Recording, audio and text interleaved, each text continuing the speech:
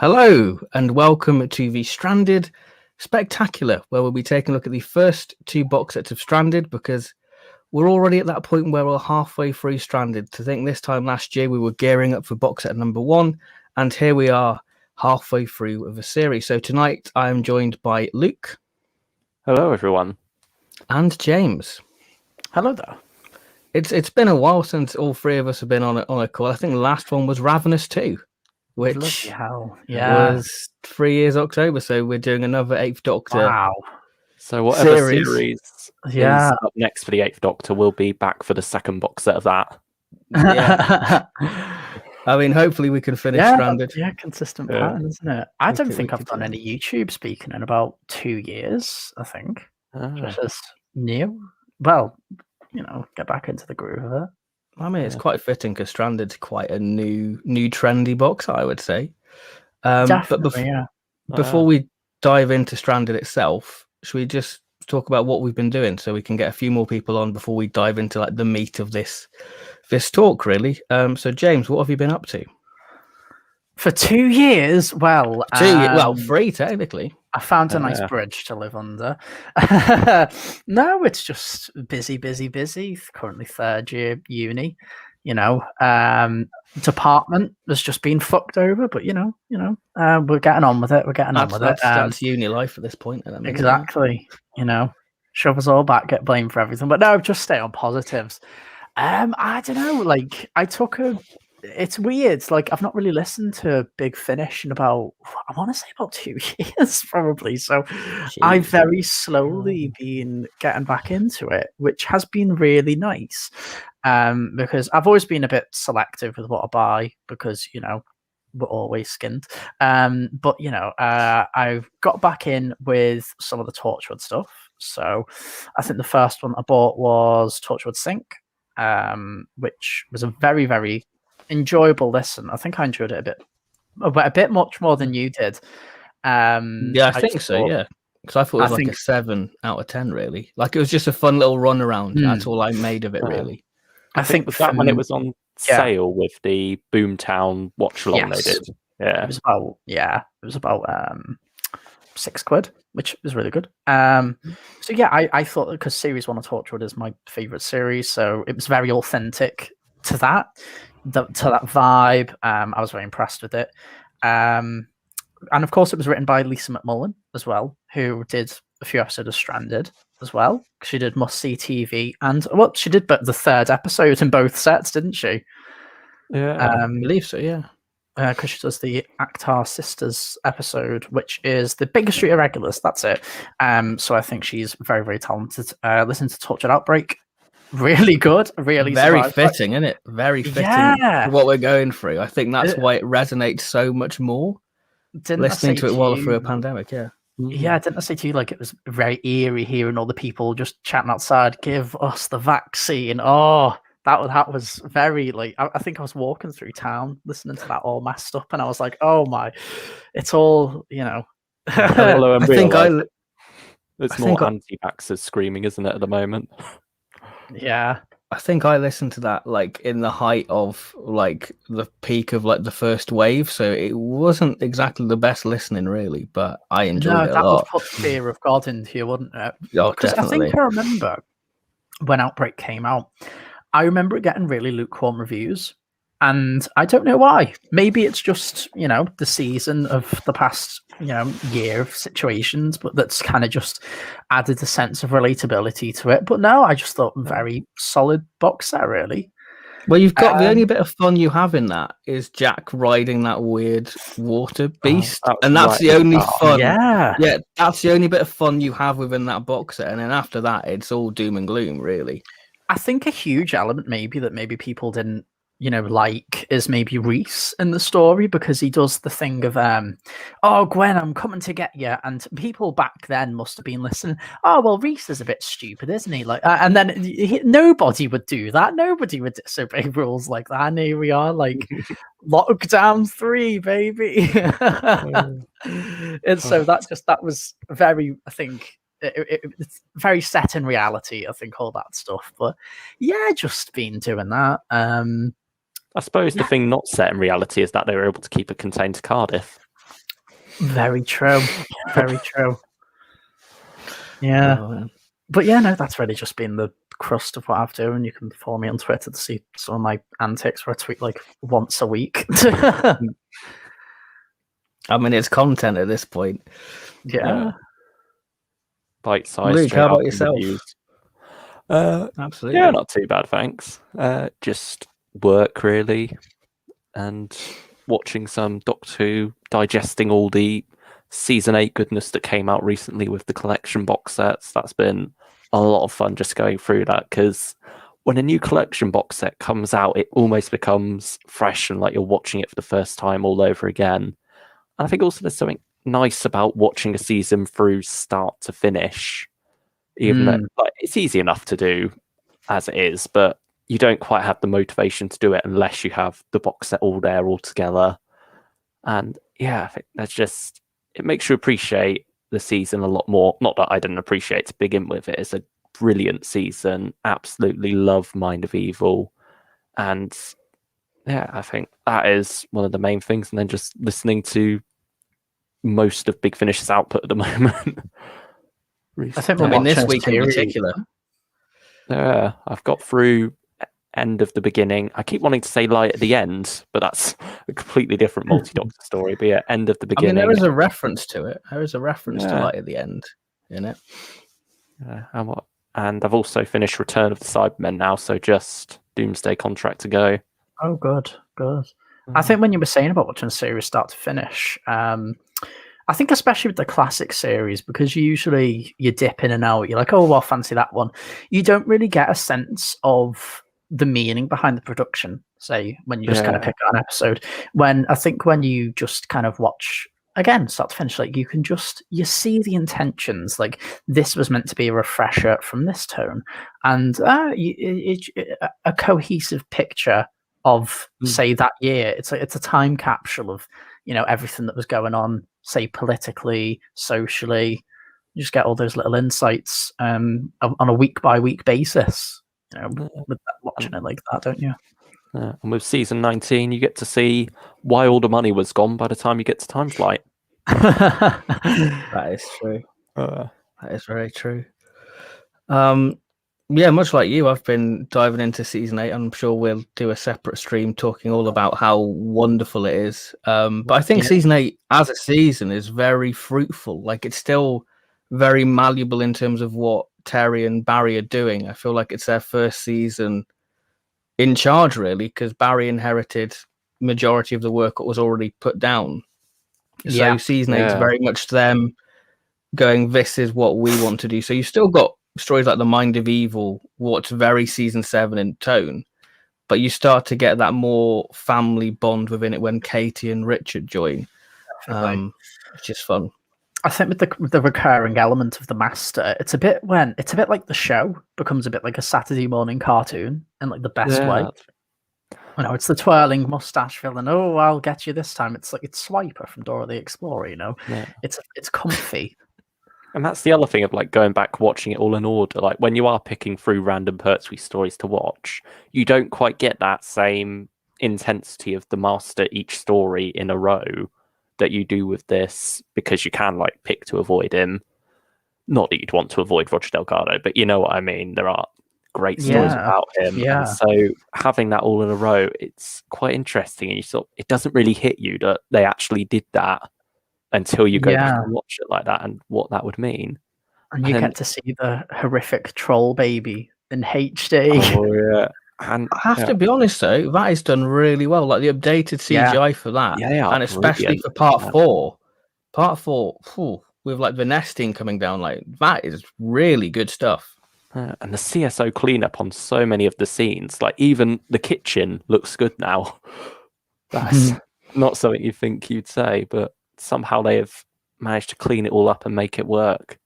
And I think one of the ones that stands out is when the Farrell comes into the Master's workshop, and it's a very awkward scene in the original. It goes by very quick, and you've got all this CSO going on. I mean, you still got, it's the same speed. They haven't somehow extended it or anything, but it feels so much more. It feels so much less awkward when you've got this fleshed out background. You almost have these like you know the pods in the Android Invasion that they come down in.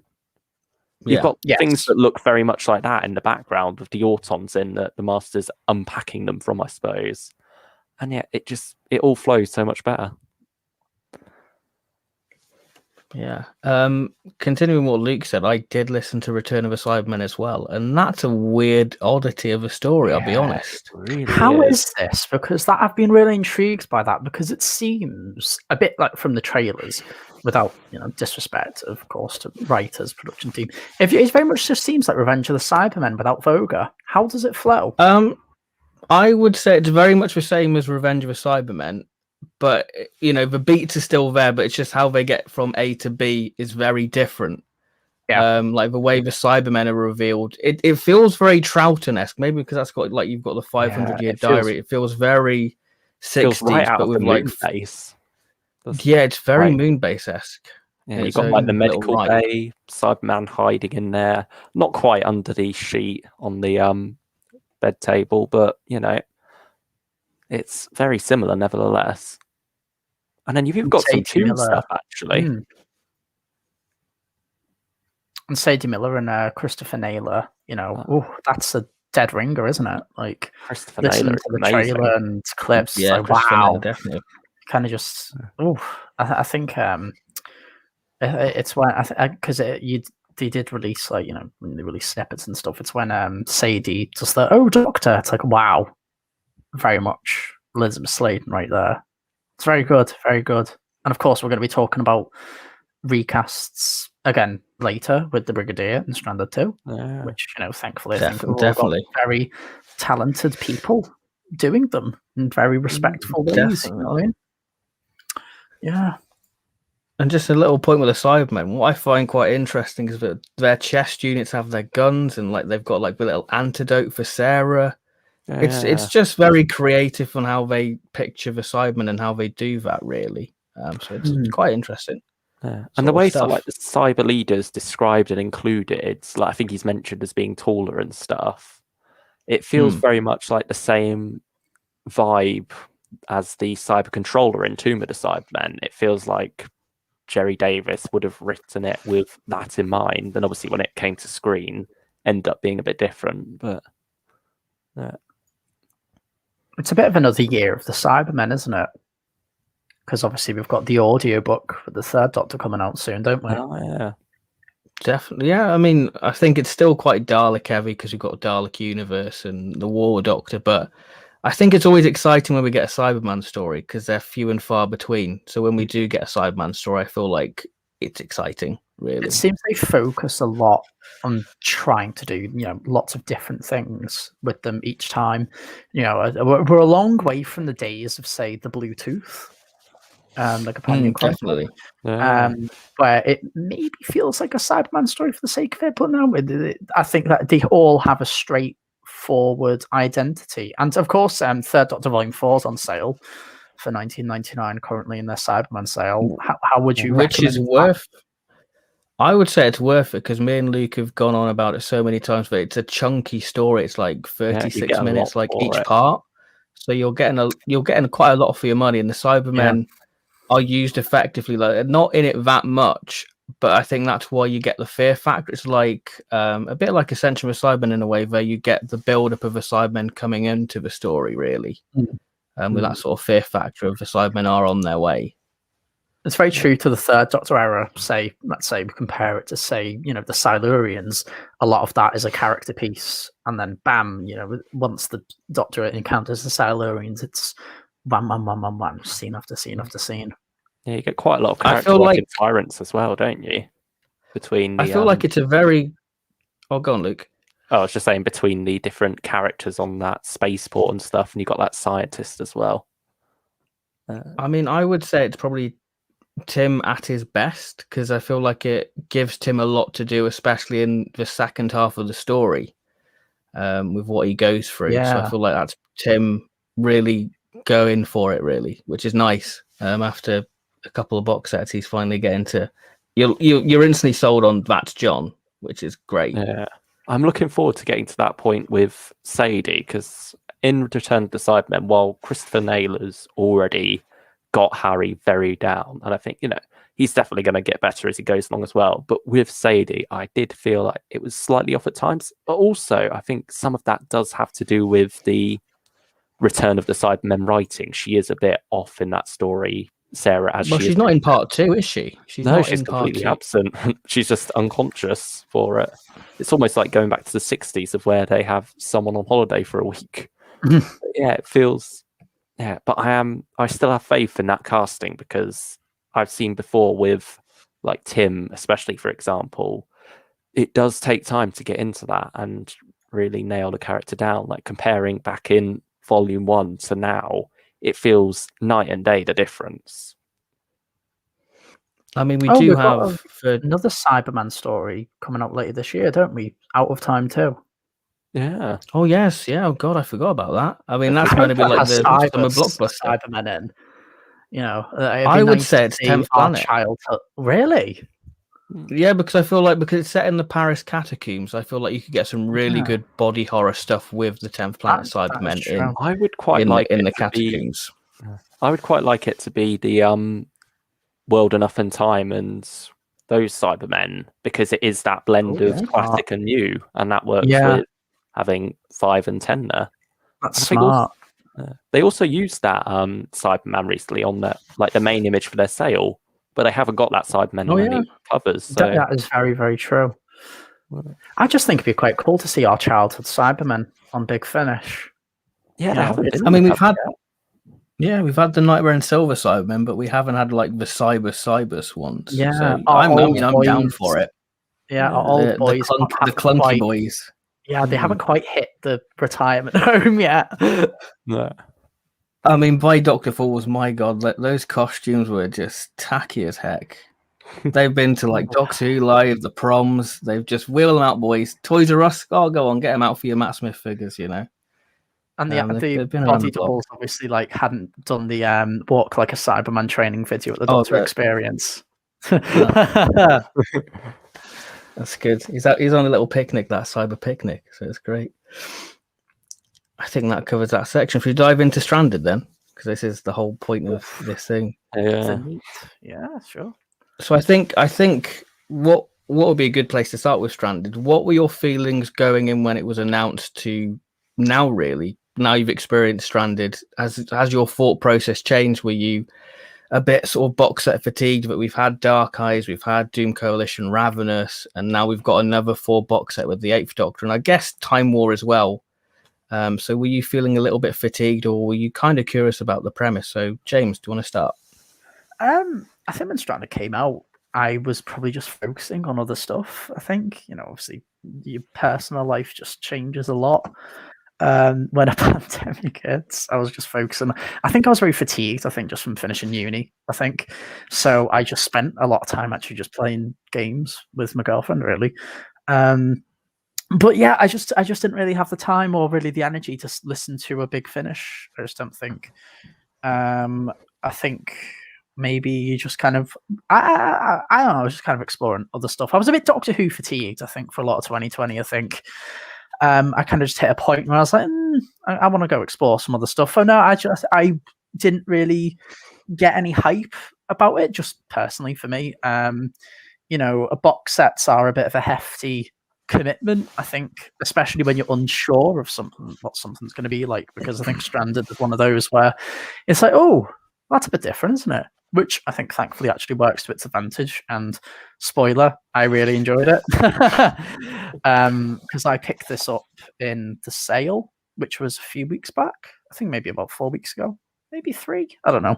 And yeah, it's just been non-stop Stranded for me. So yeah, different opinions have definitely changed. I've warmed up to a character or two. I've been introduced to lots of characters that I've really enjoyed.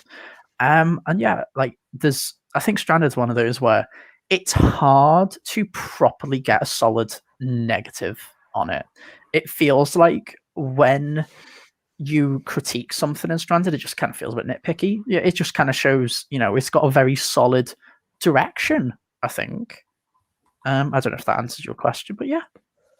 I think when you look at the grand scheme of Stranded, it's very refreshing listening to it. It's a very binge listening box set, and I think there's a danger with Stranded, which is not a negative, but the stories can sort of blend into one if you're not careful, because it's so easy listening and so accessible. So it's a very refreshing thing, because it's not about these universal scales of like, oh, the 11, the Ravenous are there. It's very much, oh, the danger is, oh, did they put the bins out? Are they going to be back in time to put the bins out? Yeah. It's very kitchen sink drama. What Russell, I feel it's got an RTD flair, Stranded. Definitely. It does have that kitchen sink character drama, because it's very character focused. Stranded 1 is very much, here are the characters. Stranded 2 is very much, let's find out more about these characters.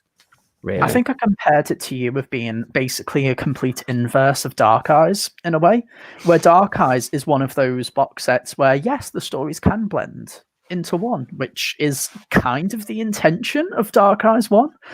And I think what I mean when I compare Dark Eyes and Stranded in a way is that they are tailor-made to display what the audio genre can do. And I think that's where the success truly lies. And of course, accessible listening is absolutely key to that. It shows this is our identity. This is who we are. Have fun.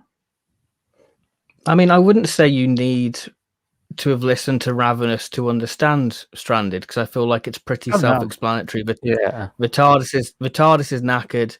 The Doctor and Liv and Helen are stuck in 2020. I mean, God help them, but they seem to have a better 2020 than us, really. But that's all your prerequisite knowledge you need to enjoy it, because you learn about the characters throughout, especially the companions we already have experienced so many box sets with. We get to learn more about them as characters, especially Liv and Tanya, and Helen in Unit Dating, the ending for that. We get a great bit of expansion for that. But Luke, what were you feeling when Stranded was announced, and where are you at now with Stranded as a series? Because I feel for me it was very drip fed, because we had like stuff discussed on the extras. We had little hints dropped before the full-on announcement, and I had been paying attention to that while I was digesting Ravenous and Ravenous 4, and knowing, like, because I think they released Stranded as the title first before they gave us any real details about it. And so from that, your mind like instantly races to the possibilities. And when it was announced that it would be, Stuck London 2020, there was almost a feeling of, isn't that a bit obvious, I suppose, was my initial reaction. It feels like the simplest place to put them. Like, couldn't we have gone to some faraway world or something, have been stuck there and learnt about that environment? But then, time rolled along, we got the box set out, and well, as we'll discuss, I did end up really enjoying a lot of it. It has a lot of good and interesting stuff to offer, and stuff that feels very fresh for Doctor Who as well. Like, even though there was that initial reaction of, oh, that's a bit obvious, it does end up playing out that there's a lot of not so obvious stuff to explore there. And I've ended up really enjoying what it has to offer. And I think it's like a soap opera on drugs. Really, I think that's the best way to describe it. Yeah, that's a good way to describe it. I think in terms of the box set feeling like one long story, and like you getting lost in what goes where, a lot of that comes down to the first box set very much being all set in the same location, and so it can be a lot more easy for that stuff to blur together when you listen to it quite quickly. Whereas with box set 2, I feel each story is much more distinctive in setting, and so that helps that box set a bit when you look back on different things and wonder, oh, where did that happen in which episode? Like, it's much easier to pinpoint that now. Yeah, definitely. For me, I guess I was a bit fatigued because Doom Coalition didn't do much for me. Ravenous I really enjoyed, so I was kind of apprehensive whether they could continue with what they did with Ravenous. So I think Stranded one of those ones what took everyone by surprise. Because I think people thought, oh, it's another 4 box sets of the 8th Doctor, let's see how this goes. But I think it's been very critically acclaimed. I don't know if it's up for an audio award this year. I think Stranded 1 just had one. I think that's why it was on sale.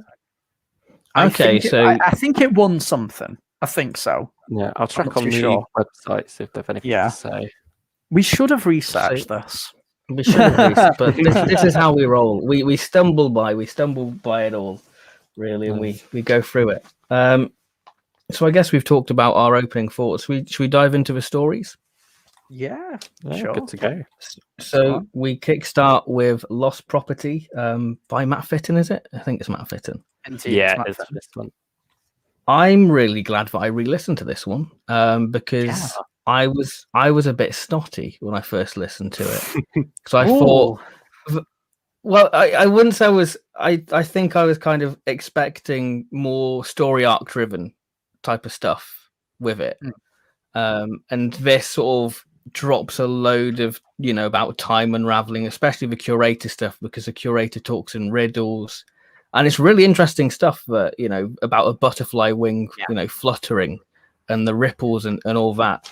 And one thing what stood out to me is like the opening 5 minutes with Helen and the curator, the way the TARDIS has become a library. And I love the little line saying that it's a box full of stories. I think that's wonderfully poetic. But the TARDIS just it's a bit like what RTD envisioned if Series 1 didn't succeed.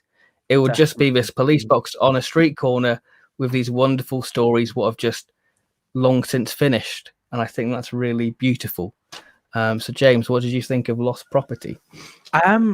Immediately, for me, this one sucked me right in. There was a few lines I think that I had to ask you two about because I didn't continue with Ravenous, because I think a problem with kind of a lot of box sets is that there's kind of a lack of consistency in direction. So I think when I listened to Ravenous 2, I was like, yes, horror.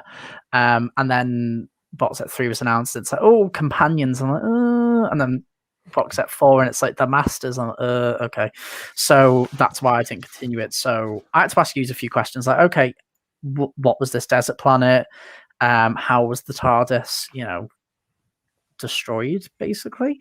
And it's all just pretty simple answers, really. And as you go along, you can just like fit things in.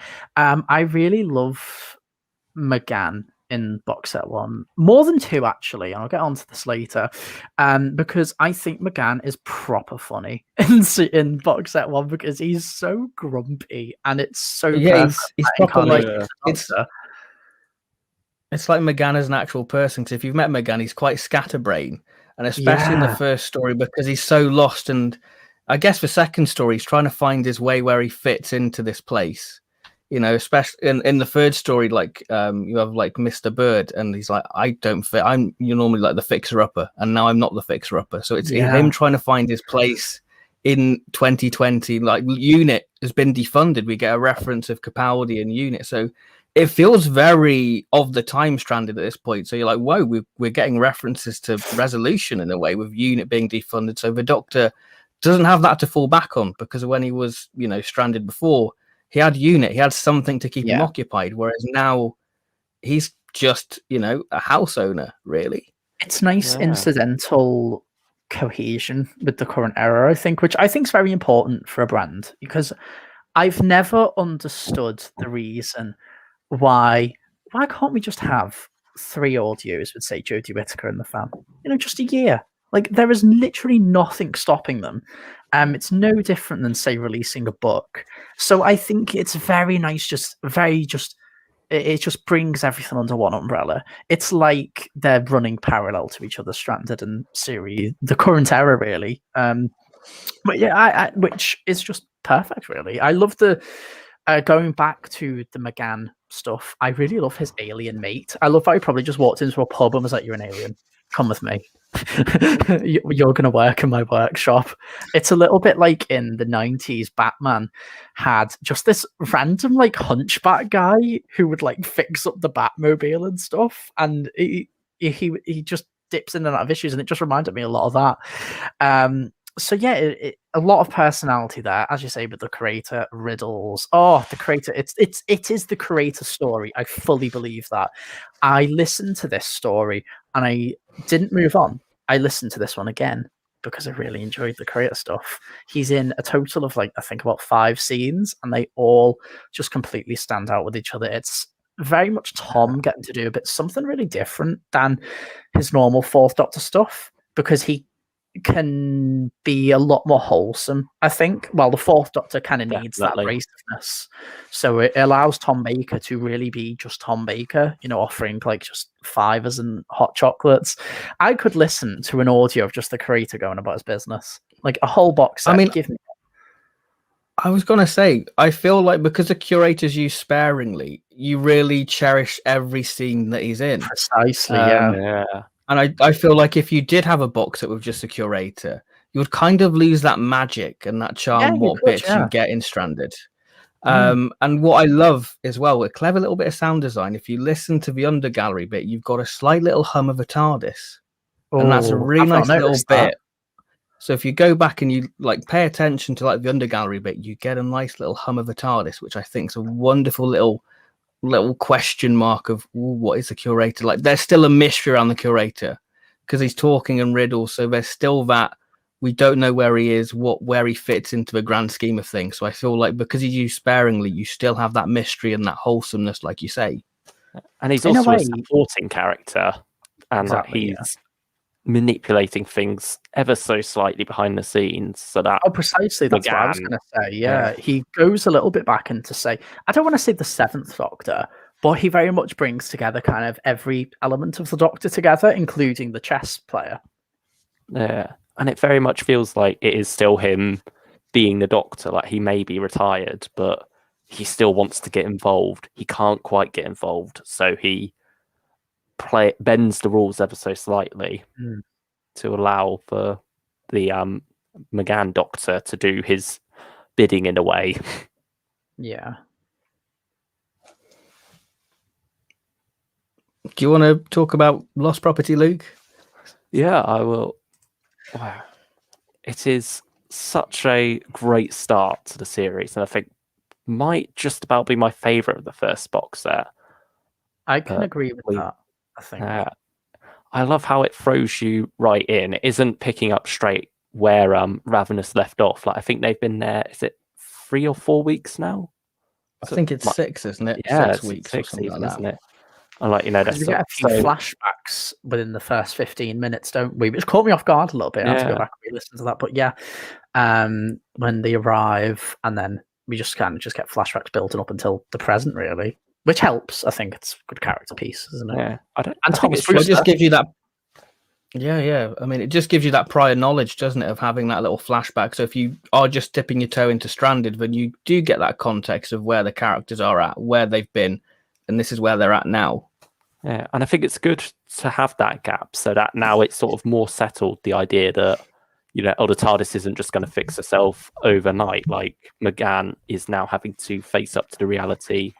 I say McGann, it's sort of the Doctor is having to face up to the reality of being stuck here now because it's been 6 weeks. There's no sign that the TARDIS is getting better.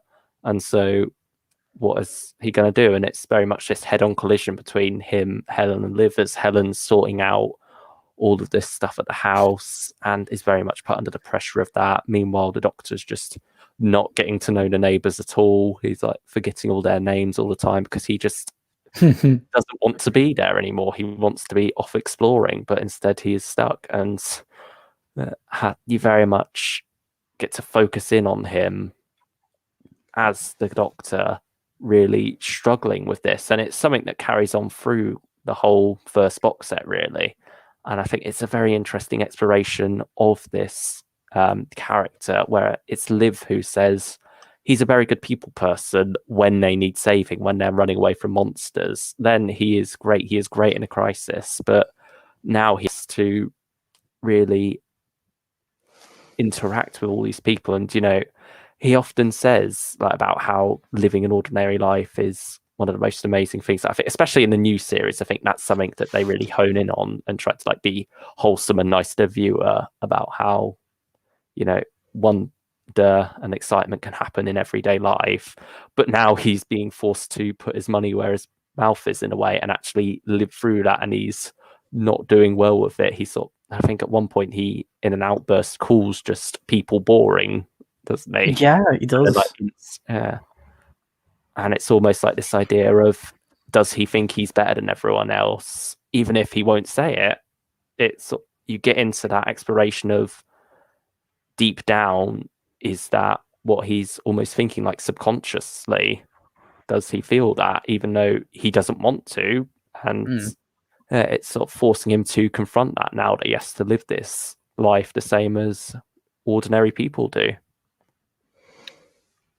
I think as well, because all three characters are very not used to this time period. So you've got McGann trying to adjust, and you've got Liv from Caldor. So she's trying to learn the value of currency. Like, she's been selling stuff from the Doctor's coat pockets to get money.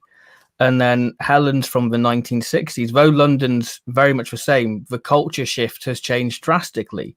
So it's a foreign land to all three characters, and seeing them throughout Stranded as a series adjust to that life and get used to it. It's quite incredible, really. And the entirety of that modern day London change from the 60s, I think, is encapsulated very well within the inhabitants of the house, I think, because I really enjoy all of the side characters. I think they're all great. We've got, to list them, we've got Ron and Tony, who are an old gay couple who got together in possibly the 1970s. You know, the unit dating. That's a really cool title, I think. Yeah, that's a clever one. Title. Yeah, it's really good. We've got the Akhtar sisters of Zakia and Aisha, and I think those are I want to say the least developed characters, but I really love their dynamic and their banter. And of course, there's a bit of a weird reveal with them in Stranded 2, which I don't know if we're going to spoil later on, but it's definitely talking point because they do have an episode finally dedicated to them in 2.3 Baker Street Irregulars. We also have who else do we have? We have we've got Tanya. Tanya's the main one. Oh, Tanya Bell. Yes, I love Tanya, because she's pretty much a companion now, isn't she? Yeah. Well, that's a big talking point of Stranded. Tanya as a character, you know, Big Finish having the first trans companion. I think that's the way they sort of marketed Stranded as a series. So how do you feel Big Finish handled dealing with that topic?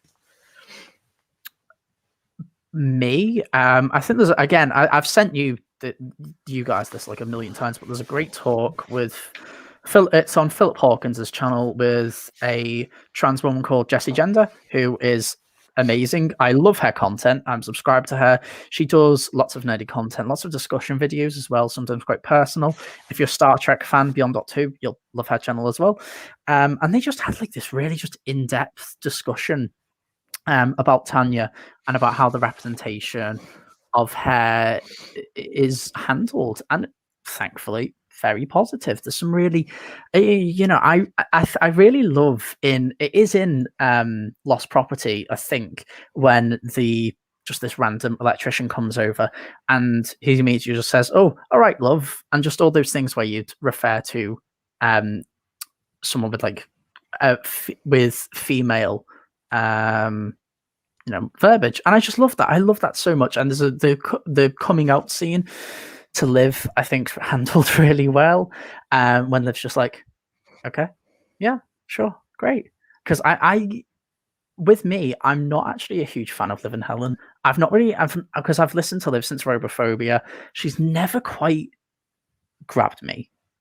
Yeah, I think she bounces off Tanya really well. And I think Tanya brings out the absolute best in Liv, because we get like a little bit of sense of timid awkwardness to Liv that I don't really think we've experienced before. So Tanya becomes the explosive personality of their relationship, and wonderful stuff. Rebecca Root is absolutely fantastic, wonderful actress. I believe she's done a few other things, and they kind of are very grateful to have her a part of the Stranded team. I think the role was the role was specifically created for her, wasn't it? I believe because they had her on other audios. Like I think Zoltis was one of them. I think that was the first. That was the first time I heard of her. Yeah, because Nick says yes, we absolutely wanted Rebecca, and absolutely, she's fantastic. Because I think she represents a very important part of the Eighth Doctor companions that I don't really think a lot of people realize. The Eighth Doctor companions are a lot of firsts. dating back to Grace Holloway, she is a very proud female doctor. She breaks the stereotypes of to be a healthcare practitioner. And a woman. You're not a nurse. You're a doctor, and that's what she wants to be. We learn why she wanted to be that, her hopes and her dreams. Very important, especially in the 1990s when hospital dramas were a big thing. Then we move on to Sam Jones, who's a very out and proud, very much people power Greenpeace feminist. And I love Sam Jones. A lot of people don't love Sam Jones because I think that the male audience back in the 90s didn't care about that stuff, while I think our generation can kind of look back and be like, yeah, absolutely, that stuff rocks. It's very important social commentary. Again, not to list every single companion, but we have some kind of implied sexuality with Fitz. There's a reason people came out of the EDAs kind of shipping him and the Eighth Doctor. We also have Angie Kapoor, who was the very first East Asian companion for Doctor Who, which, well, hey. We also have Izzy, who was the first lesbian companion. And with Sheridan Smith as Lucy Miller, again, not to list everyone, that's Northern working class representation. They all have an element of firsts, and I think that's where Tanya really fits in with the Eighth Doctor companions. Just to be a part of that really inclusive gang that shows the best of, I think, humanity in a way. So yeah, again, not to ramble more, but yeah, Tanya is just a big thumbs up with me. For me, she is the best part of Stranded. I love her because I pretty much got the set because of that talk with Jesse Genter and Philip Hawkins, and yeah, lived up to the hype. Absolutely love Tanya. Yeah, I think what works quite well with her as a companion as well is that she obviously has can we spoil a little bit? I think in terms of her character, where she is related. Oh, yeah. I think it's quite important. I mean, I feel like it's sort of common knowledge in a way. Yeah, that's stuff. True. I think it was more a secret for Stranded 1, but now I think they probably use it in the marketing for Stranded 2. So she is affiliated with Torchwood. I'm not sure quite how closely connected she is. They haven't really gone too in depth with that yet. It's implied like she's been the hub, but she's never mentioned Jack or anything. No, she is only really related through Andy at the moment. Yes. But, yeah, I think with that, she has that secret. Obviously, she can't reveal that to the Doctor. She knows more about him than he does about her. And I feel like while Liv does she's understanding of it while also quite bothered by it. But the Doctor himself, he's never the one really asking any questions. He will just roll along with it. He trusts her and doesn't really go too in depth with asking about any of that. And I think that's quite a nice dynamic between the two of them, that they do just have this implicit trust, even though there are some secrets there, but secrets that have to be kept for a good reason. Yeah, definitely. I think we're kind of used to that. Because we've had like River Song and the Eighth Doctor, so I feel like the Eighth Doctor's kind of used to going, well, yeah, whatever, let's just roll with it, I don't think he's really interacted with her that much, though. Like when she has been in the story, she's much more on the sidelines or with Helen and Liv. Well, Tanya's very much got her own stuff going on. She's got her own mission, which we don't actually know the extent of, because in the Baker Street episode, she obviously has that side plot with this device that we never actually find out the extent of it. But so she very much takes advantage of the TARDIS in a way to go back and actually investigate. So she's got an intuition beyond the TARDIS, which I think makes a companion. I think there's nothing more frustrating for me than a companion who just lives solely and purely for the Doctor, because they don't become characters at that point. They become just plot necessities for asking questions, which is kind of a lot of my issues with Helen a lot of the time, because that's something I don't think Strand has done very well, is actually give Helen stuff to do. Like, she's literally put on the sideline in Baker Street Inquisition and just kind of shoved off camera for a bit, which is just a bit like, I want you to do more, which maybe is a thing of having maybe too many characters, possibly. But yeah, it's nice to have that companion with a bit of intuition, I think. I think going on to what you were saying with her like kind of secrets, I again, not to paraphrase the wonderful, long talk that Philip and Jesse had, but I think Jesse brought up the topic of there's maybe a harmful implication sometimes of introducing trans characters with secrets, which I did get a little bit worried about at first, because let's say there is a very dodgy episode of The Simpsons, which I had about 2008, which is about, it's very much meant to be, I think it's either Patty or Selma coming out as a lesbian, and she brings over her girlfriend, and they do this very dodgy thing of like them not biologically being female. So it gets it's very transphobic. It's very dodgy.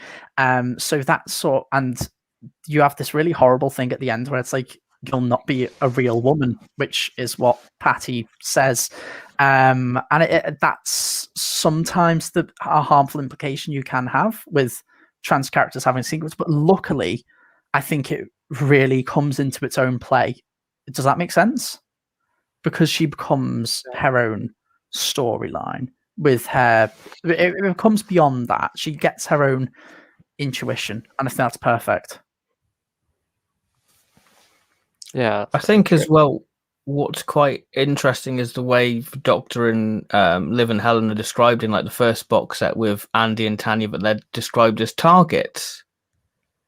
So it's an interesting way of describing those, because like, how do they fit into sort of Torchwood's plan? And like you say, Tanya's got her own life outside, but she's sort of getting entangled with, Liv, really. Yeah, she gets to do stuff that any normal character would do, which is great. Yeah. I also like how she's much better at it than Andy is. Like, she is definitely like he's the one going on at her at first about, oh, you're canoodling the targets, and then he like very awkwardly bumps into the Eighth Doctor outside and is very awkward about it. He's like, oh yes, oh no, oh, and he's very much bumbling about with it, and I think that's very amusing, and it's a nice dynamic those two have as well, between Andy and Tanya. Agreed. I think is it like the second story where you sort of get them pursued by something, but we never quite know what they were pursued by. Is it the start of the second story, like Tanya's being pursued by someone?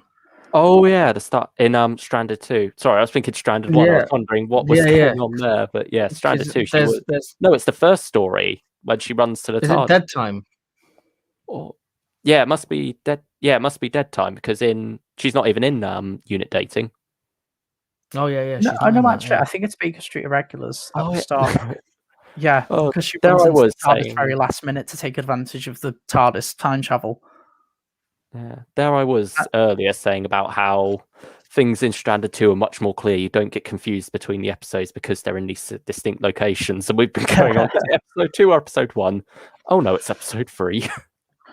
Tanya very much is a lot more aware of who the villains are of the series, which I'm a big fan of the villains of the series, because even though we don't know who they are yet, it very much plays the long game, doesn't it? With them slowly building up from like this cult to all the way in the future being, one of the last remnants on Earth. Yeah.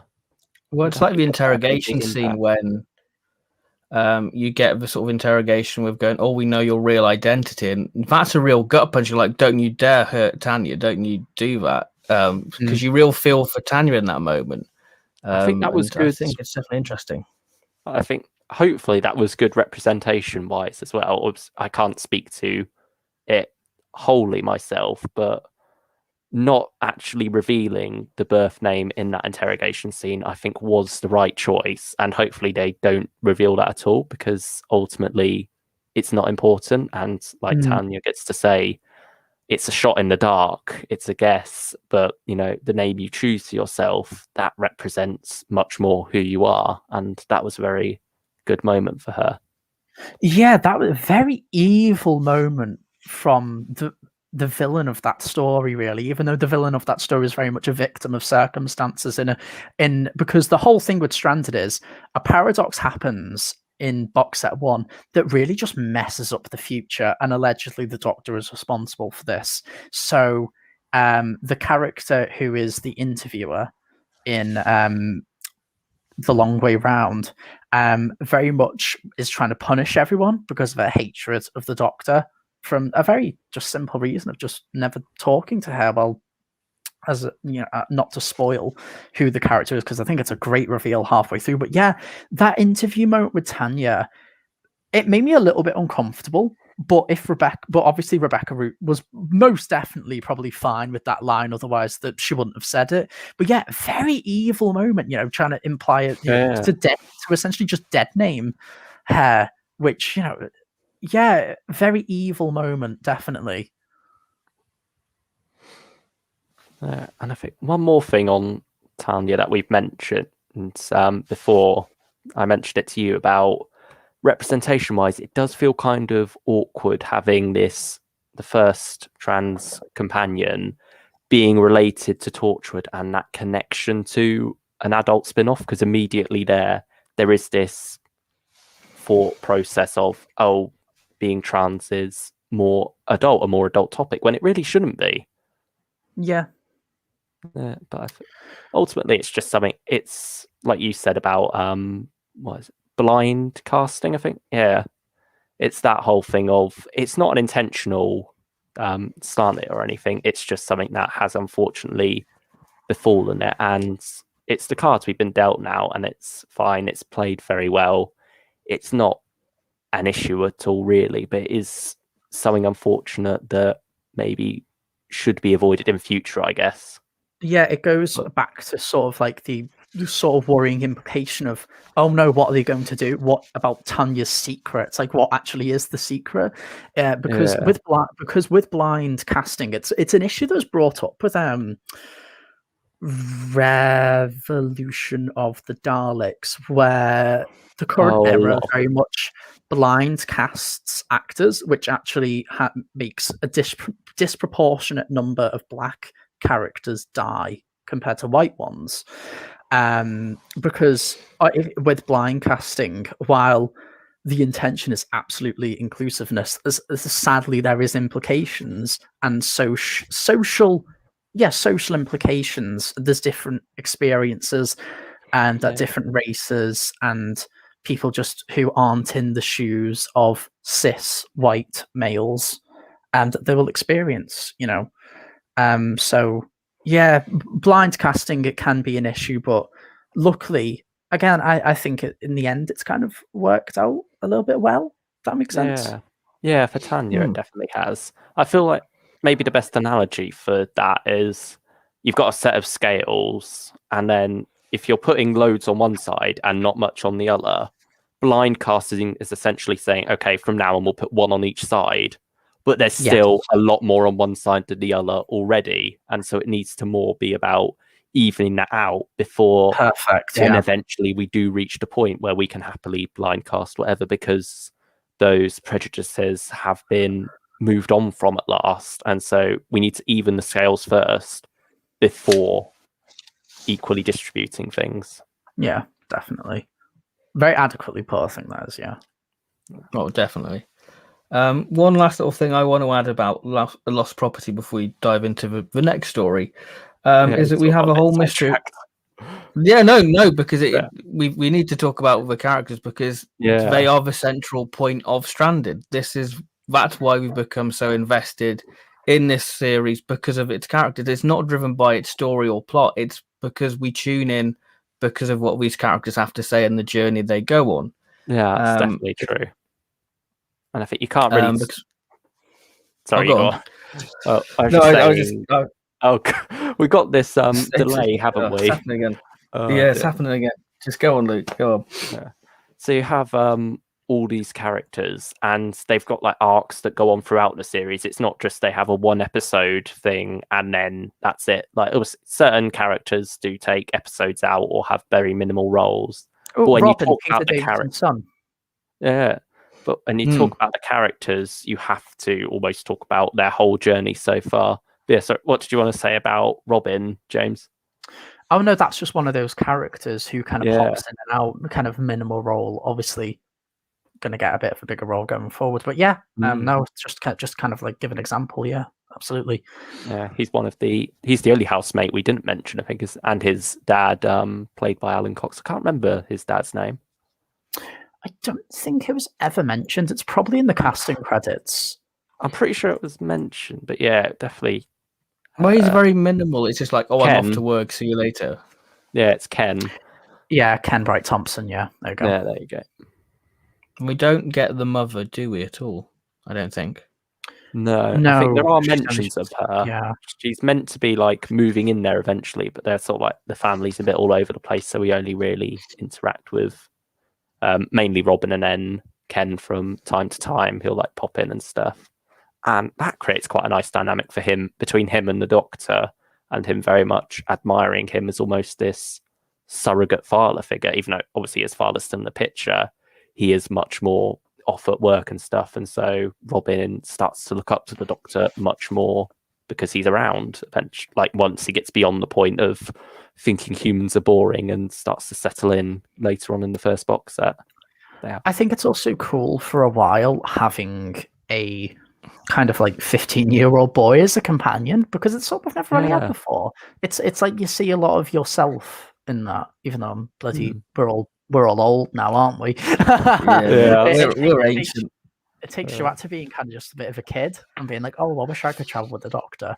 I think that's what I quite liked about Robin. Yeah, that's true. And he seems to be going down almost a syndrome from the Incredibles route now. Oh, yeah. Very much. Yeah, very much so. Because I'm sure if anyone's coming into this, they've listened to Stranded 2 from the hype, obviously, it's called. Hopefully. But yeah, no more on that. Cliffhanger. But yeah, do you know, there's kind of a thing I wouldn't mind talking about, Lost Property. And it's its conclusion, because I really like the ghost plot in it. And then it's like, I was just going to mention the basement, because I feel like that's going to be like I feel like that's going to be like Stranded 4, like the way Ravenous 4 ties back into Ravenous 2 to a degree. I feel like it's going to have a little throwback, and we're going to get to the last story in Stranded 4 where we go, okay, that's who the mysterious homeless stranger was. Because I think we also... Yeah. The device that caused it all, it didn't really come up again after Lost Property, did it? Because it was those the two Pandora box or something. Yeah, Pandora it's those two boxes that have to be kept like a mile from each other. But I think that starts a consistent thing for Stranded, where I think its science fiction is very weak consistently, like throughout, and I think a lot of the times it dampens the stories, mainly the finale, Divine Interventions, which I think really could have done without it, because the series had already established more interesting domestic drama than aliens running about. I think I will outwardly say I didn't enjoy Stranded 2 as much as Stranded 1 for this element, because John Dorney does say in the special features for The Long Way Round that Stranded very much now is pushing towards a more time travel element to it, which I don't know, I think that's a shame. I think I would have loved a bit more domestic 2020 stuff, and I guess they're worried about sticking around for too long, but I don't think you've explored it enough yet to start doing the time travel stuff, because I do sympathize with some of the scripting elements in Stranded 2, definitely, because this was all written, recorded, and edited in lockdown, really. And that's mentioned a lot of the time. Again, from John Dorney, he's talking about, I'm stuck in lockdown. I'll do a story about interview tapes, because that's kind of a bit relatable. It's all audio based at the moment. Well, it's, I think, unfortunately, maybe Matt Fitton just kind of went on autopilot for Dead Time, where it's just a plot about a desert and robots running about. I think Matt Fitton for me is... Yeah. I was just going to say, Matt Fitton seems to be the one who's pushing the arc forward to a degree. Oh yeah, because you've got the time arc in Lost Property, and then you go back to the time stuff in Dead Time. Yeah, definitely. And I think maybe that's just my point. It's more just consistently weak science fiction, just kind of holding the plot back a little bit, which again, I think it holds back Lost Property, and then we actually get a break from that stuff in Wild Animals and Must See TV, which I think are really great stories. But yeah, that's just my little thing. That's kind of a bit of the main negative with Stranded, I think, beyond all the positives that we've spoken about. It's just I don't think it's too bad in Lost Property, to be honest. I definitely agree, like later, especially Divine Intervention, it does feel very awkward there, but I kind of quite liked it, how it was included in Lost Property, and that it's the Eighth Doctor, the one who's brought it in and is the one who's messing all this up, because he is very scatterbrained at this point. He doesn't know what to do with himself. And so finally, he has this sci-fi stuff going on, this stuff that's much more his element, and he ends up messing up with it and messing up the lives of the people around, because he shouldn't really need to be doing this, and he should know better, but at this point, he is just very much not quite himself and is messing around with that. And then that plays into the whole fears of his future and if he will remain stuck there forever. That was quite nice how that worked in it. And it's something that I much more appreciated on re-listen, and the idea of like flatmates getting on top of each other and stuff, everyone getting quite annoyed, and this device very much playing into that. It's quite a nice meta narrative for it, and that's I think some of the strengths when the science fiction actually in fact brings out these character moments, because there's a nice line about the symbiotic relationship of the Doctor and the TARDIS of he's muddled because the TARDIS he's not connected to it anymore. That kind of his brain has been wired to it for so long that now that connection's gone. It's like pulling a load of elastic bands from each other and breaking them. They just ping back against a wall. There's no structural stability with them anymore. Yeah, that's very true. So I'd say for me, Lost Property, it's like the first time I listened to it, I was very much more in that mind of, oh, this sci-fi's come a bit out of nowhere. It feels a bit awkwardly mixed in. But then listening back, I think it does work much better, and I think certainly better than what we get in some later stories. I think it's very well woven in there and is the right amount. It's quite a small amount still anyway. Like I think it doesn't really come into play until about the second half of it, does it really? Yeah. It's very much more character driven before then and setting them all up, because you've got loads of different characters to be introduced to, and it balances around with that very well. And you don't sit there thinking, oh, can the plot get going? You almost think, like on first listen, oh, can the plot stop? Can we interact more with these characters and just learn about their normal lives? But no, on re-listen, I think it's perfectly balanced and all works very well. And I love that concept of it as well. It's something very simple of, it's just this device for keeping away intruders, really. It's if you want to keep something safe, you use this, and then have these all what is it, like phantoms and stuff to scare them away. And so with that, it's something quite simple. It's not something malevolent or anything like that. It's just a bit of broken technology that has gone a bit awry, really, due to the Eighth Doctor's meddling. And so with that, it plays quite well to the strengths of Stranded, that this device isn't evil. There's not some big grand plot. It's just an unfortunate coincidence that's messing up people's lives, really. And so the main threat there in the drama is that these lives are getting a bit muddled about, and you are much more invested in the worry of, oh, what's going to happen between these characters? How are they going to treat the Eighth Doctor and Liv and Helen, as opposed to being worried, oh, are they going to be able to save the world in time, like a normal Doctor Who story would? And somehow this feels bigger than a end of the world plot, even though technically it is much, much smaller. Yeah, mundanity is its strength, without a doubt. I mean, speaking of mundanity and that sort of stuff, Wild Animals ties into that very well. I thought that'd be quite a nice little segue, because Liv and Helen and the Doctor have been so used to these grand universal scales of the 11, the Ravenous, the Sonomancer, but they forget that humans are just as dangerous, as we find out in Wild Animals. So what do we think of Wild Animals? Again, I really enjoyed this one. I think there's an excellent sense of drama. I love the Eighth Doctor stuff in this. Once more, again, the Eighth Doctor. Unfortunately, he takes a bit of a backseat in Stranded too, I think, with his character. He kind of becomes more Doctor mode. Now he's got the TARDIS bit back in track. And I love his kind of like Mr. Bean plot of like trying to Yeah. catch a robber in the park. And I love the thing about the mini zoo, and he's just looking at all the animals, and they're all trapped and they don't want to be there, obviously relating to his state being stranded. And then of course at the end they mysteriously all Very get nice released. gag. Yeah. Yeah, really good. And again, I think that's its strength of Stranded 1. It's so funny when it needs to be. And again, it can be deathly serious when it also wants to be as well, just to completely catch you off guard, which, yeah, Liv getting shot comes completely out of nowhere and it works.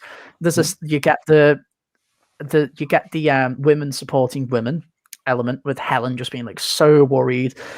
You really see their relationship fully coming across there. They've known each other for years at this point, and the Doctor, it's very interesting for him to distance himself from it in a way, because it's still absolutely in character for him to do that. Yeah.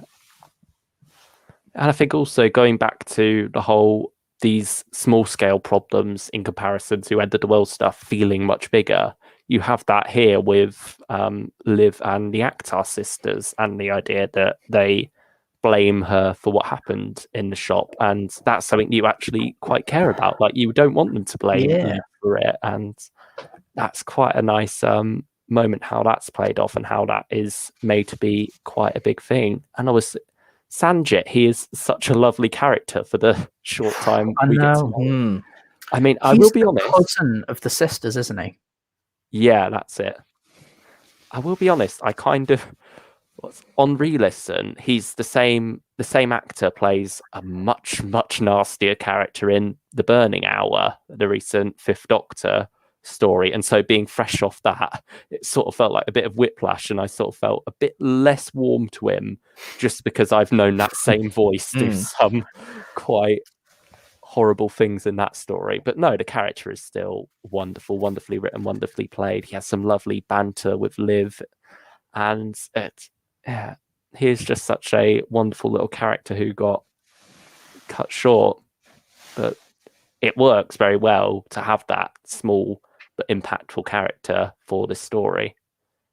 It's a slice of 21st century Britain, which I think Big Finish have actually kind of, I think ignored for a bit too long, and I think it's a shame, because it's because Stranded, where a lot of the praise is coming from, but personally, just at my cynical side, is like, yeah, but RTD realized this over 15 years ago.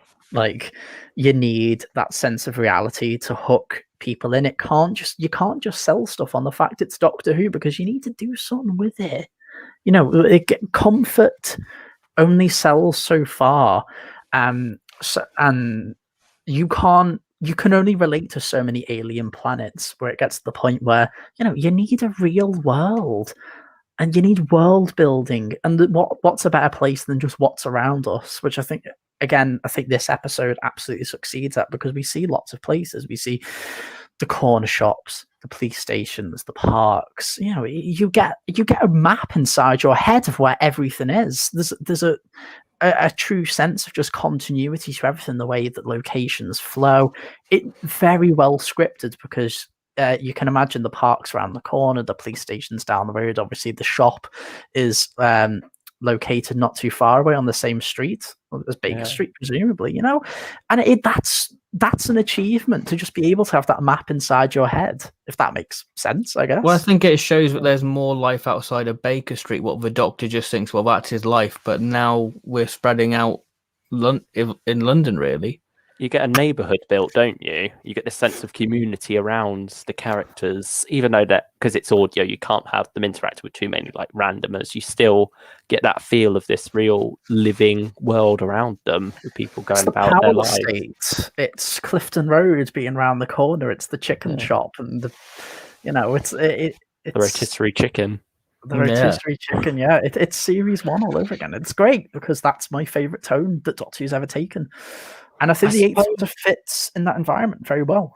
Yeah. I suppose in a way they're almost afraid. Well, not necessarily afraid of that for a while now, but they've almost not wanted to step on the new series' toes with that. They know that they've been doing that a lot, like back in the RTD era, and some of Yeah. them off that as well. It's almost been a case of we don't want to muddy the waters too much by also doing the same thing. We want to give this variety.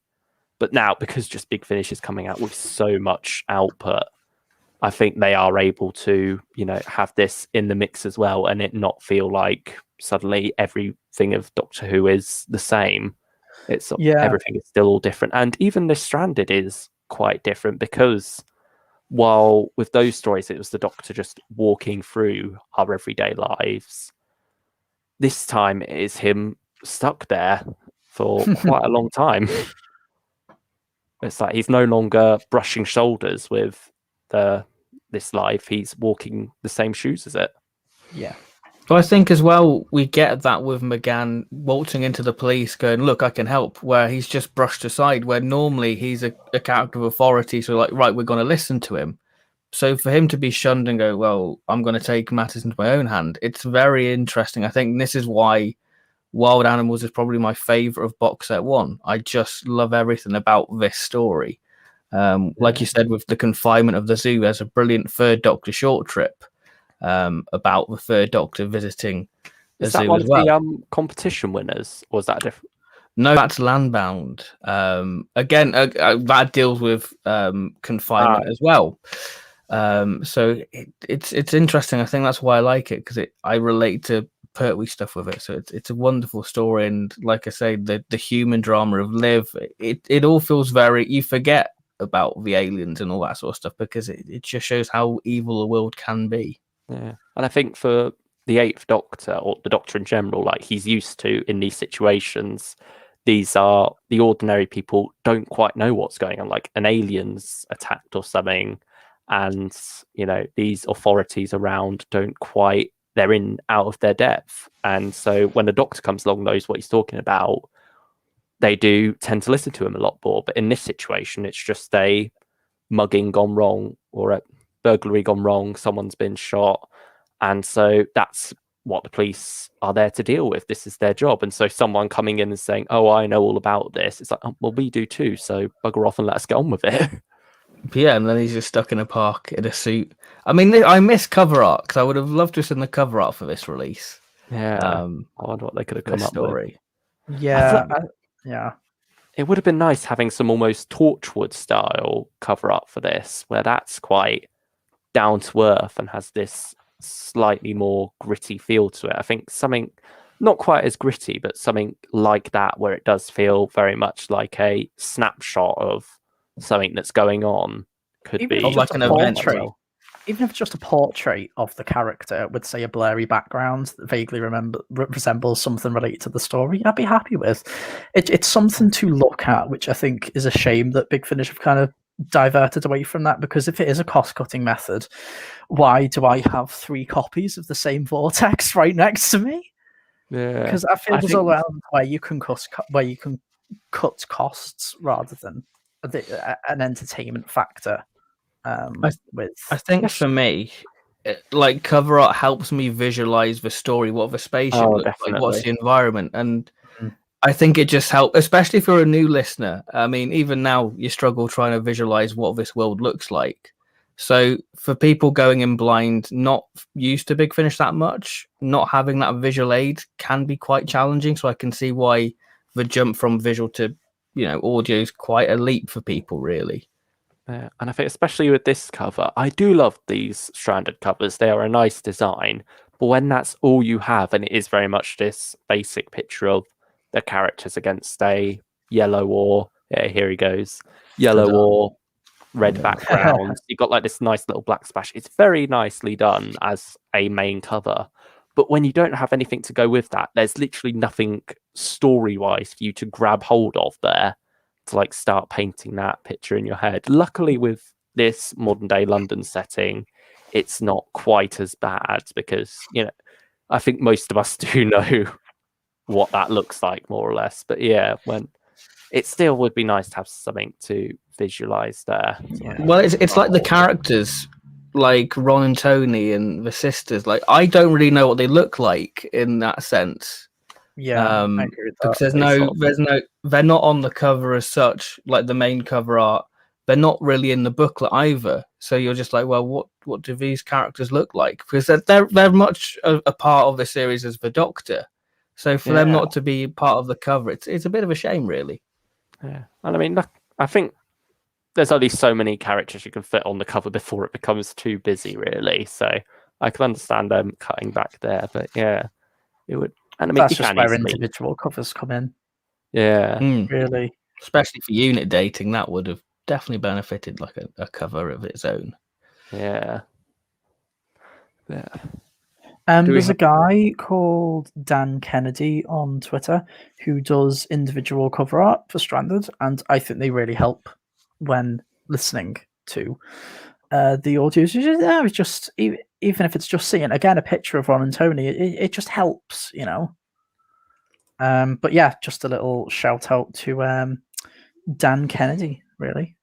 Yeah. Have we got anything else to add for Wild Animals before we move on to Must See TV? That's all I have to say, really. Oh yeah, I didn't give a rating for the last one. Lost Property, I'll probably give an 8 out of 10, and I think I did. I wouldn't say that it was the Wild Animals was my favorite, but it was a solid 7.5. Really enjoyable. Nothing really wrong with it. Just cracking drama throughout. It was Doctor Who doing it was Doctor Who doing Line of Duty, really, but with its own twist. A CBBC version of Line of Duty, I think. Yeah, it worked really well. Right, very good. Applaud. Yeah. I think I'd say for Lost Property, I'd probably go an 8 as well, and then Wild Animals, I would also go an 8. I'd say they are very evenly matched for me. They are very close.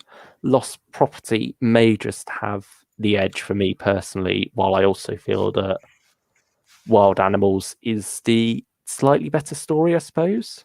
It's that whole Empire Strikes Back versus A New Hope thing. Most people feel like while Empire is the superior movie, they can't help but gravitate towards A New Hope sometimes, or Star Wars, the original. If you are offended by the title A New Hope, I am sorry. I think for me, Lost Property, I'm glad I re-listened to it because, like you said earlier, I had the same problems as what you had, Luke. So I feel like listening to it today has given me a new perspective. So I'll give that an 8 as well. I'll give it a solid 8, and then I will give Wild Animals, I think I'll give it a 9. I had a lot of fun with it. I love the balance of drama and comedy, but it wasn't forced. It had a good core behind it, and I loved everything about it, really. Yeah. Then we have the third story, Must See TV by Lisa McCullen. I'm going to be honest, I feel like this is the most forgettable story of the set. Because listening to it, listening to this one today, I had barely any memory of it. I was like listening to it afresh. Because I feel like this story has a few problems where things are very unresolved, especially the ending to it. And the way Mr. Bird ties into it, I feel like there are a lot of things.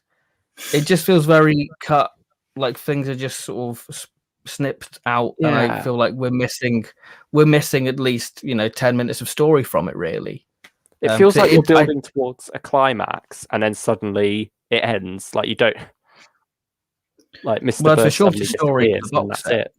Yeah, that's true. Yeah, so I feel like it needed something a little bit more because it just felt very quick, but not in a good sort of quick way. It just felt like, okay, it's over, and then we have sort of a lot of things unresolved, which I don't really quite vibe with, really. Even today, yeah, I think it's definitely an error of the writer's room. I would say, yeah, it's just kind of like, oh, Mr. Bird's obviously going to return at some point. It's just, I think it's more the fault of the overarching series rather than this specific one. Because personally, I really enjoyed this one. I loved the Eighth Doctor on the game show. I love the kind of drift. Eighth Doctor game show was the next. You've got the wrong story there. You've got the wrong story. Yeah, it's right at the start of Divine Intervention. He's on the game show. Oh my! Wait, this is the one with their TVs are wrong, aren't they? Yeah. That's it. No, I still really enjoyed this one, because I like the kind of. It reminded me a little bit of Sound of Drums with Martha's flat being bugged. With the bomb. and that behind the telly. I liked that. Sorry, I got a little bit confused there. There's just too many televisions involved. The true problem with Stranded. I like the kind of the rally against the Doctor from the house. There we go. I'm on track now, aren't I? See, my brain's less scattered now. Yeah. You're back on there. I like how the tension with the Doctor just comes to a head because throughout the act, our sisters just never really liked him, which I think is absolutely fair enough because he's just someone who goes in and out. Let's be honest, who likes their landlord? And of course, the Doctor gets stuff done, but he's not reliable. He's very scatterbrained. You go ask him to fix a creak on the stairs, and he's up in the attic playing on, I don't know, a Game Boy or something. You know, he's unreliable. Yeah, Nick Robbins, yeah. While Mr. Bird, you know, of course, he's too perfect, and I love stories like that. There's just a great bit of tension in there. Because there's always something a bit unnerving with characters who are just too perfect, I think, and that really plays to its strengths with this one. I'm just quite a fan of the tone of Lisa McMullen's scripts because she's got a bit of. I love her in the interviews because she feels very of our writing generation in a way that she's very aware of stuff like she mentions in special features like shipping and things like that. She's very aware of like the modern day nerd fandom aspect of telling stories, you know. So yeah, I really like the tone. Ron and Tony get some stuff to do in this story. I love them a lot. Like they're just the best couple ever. And yeah, just old people trying to work out a telly that's maybe coming from the future. But yeah, no, it's an interesting home invasion type story. I think it's the only story really that's completely set on Baker Street. It's a bit like Edge of Destruction. You know, we've been out, we've had adventures in other places. Now it's time to reel things back and explore the house.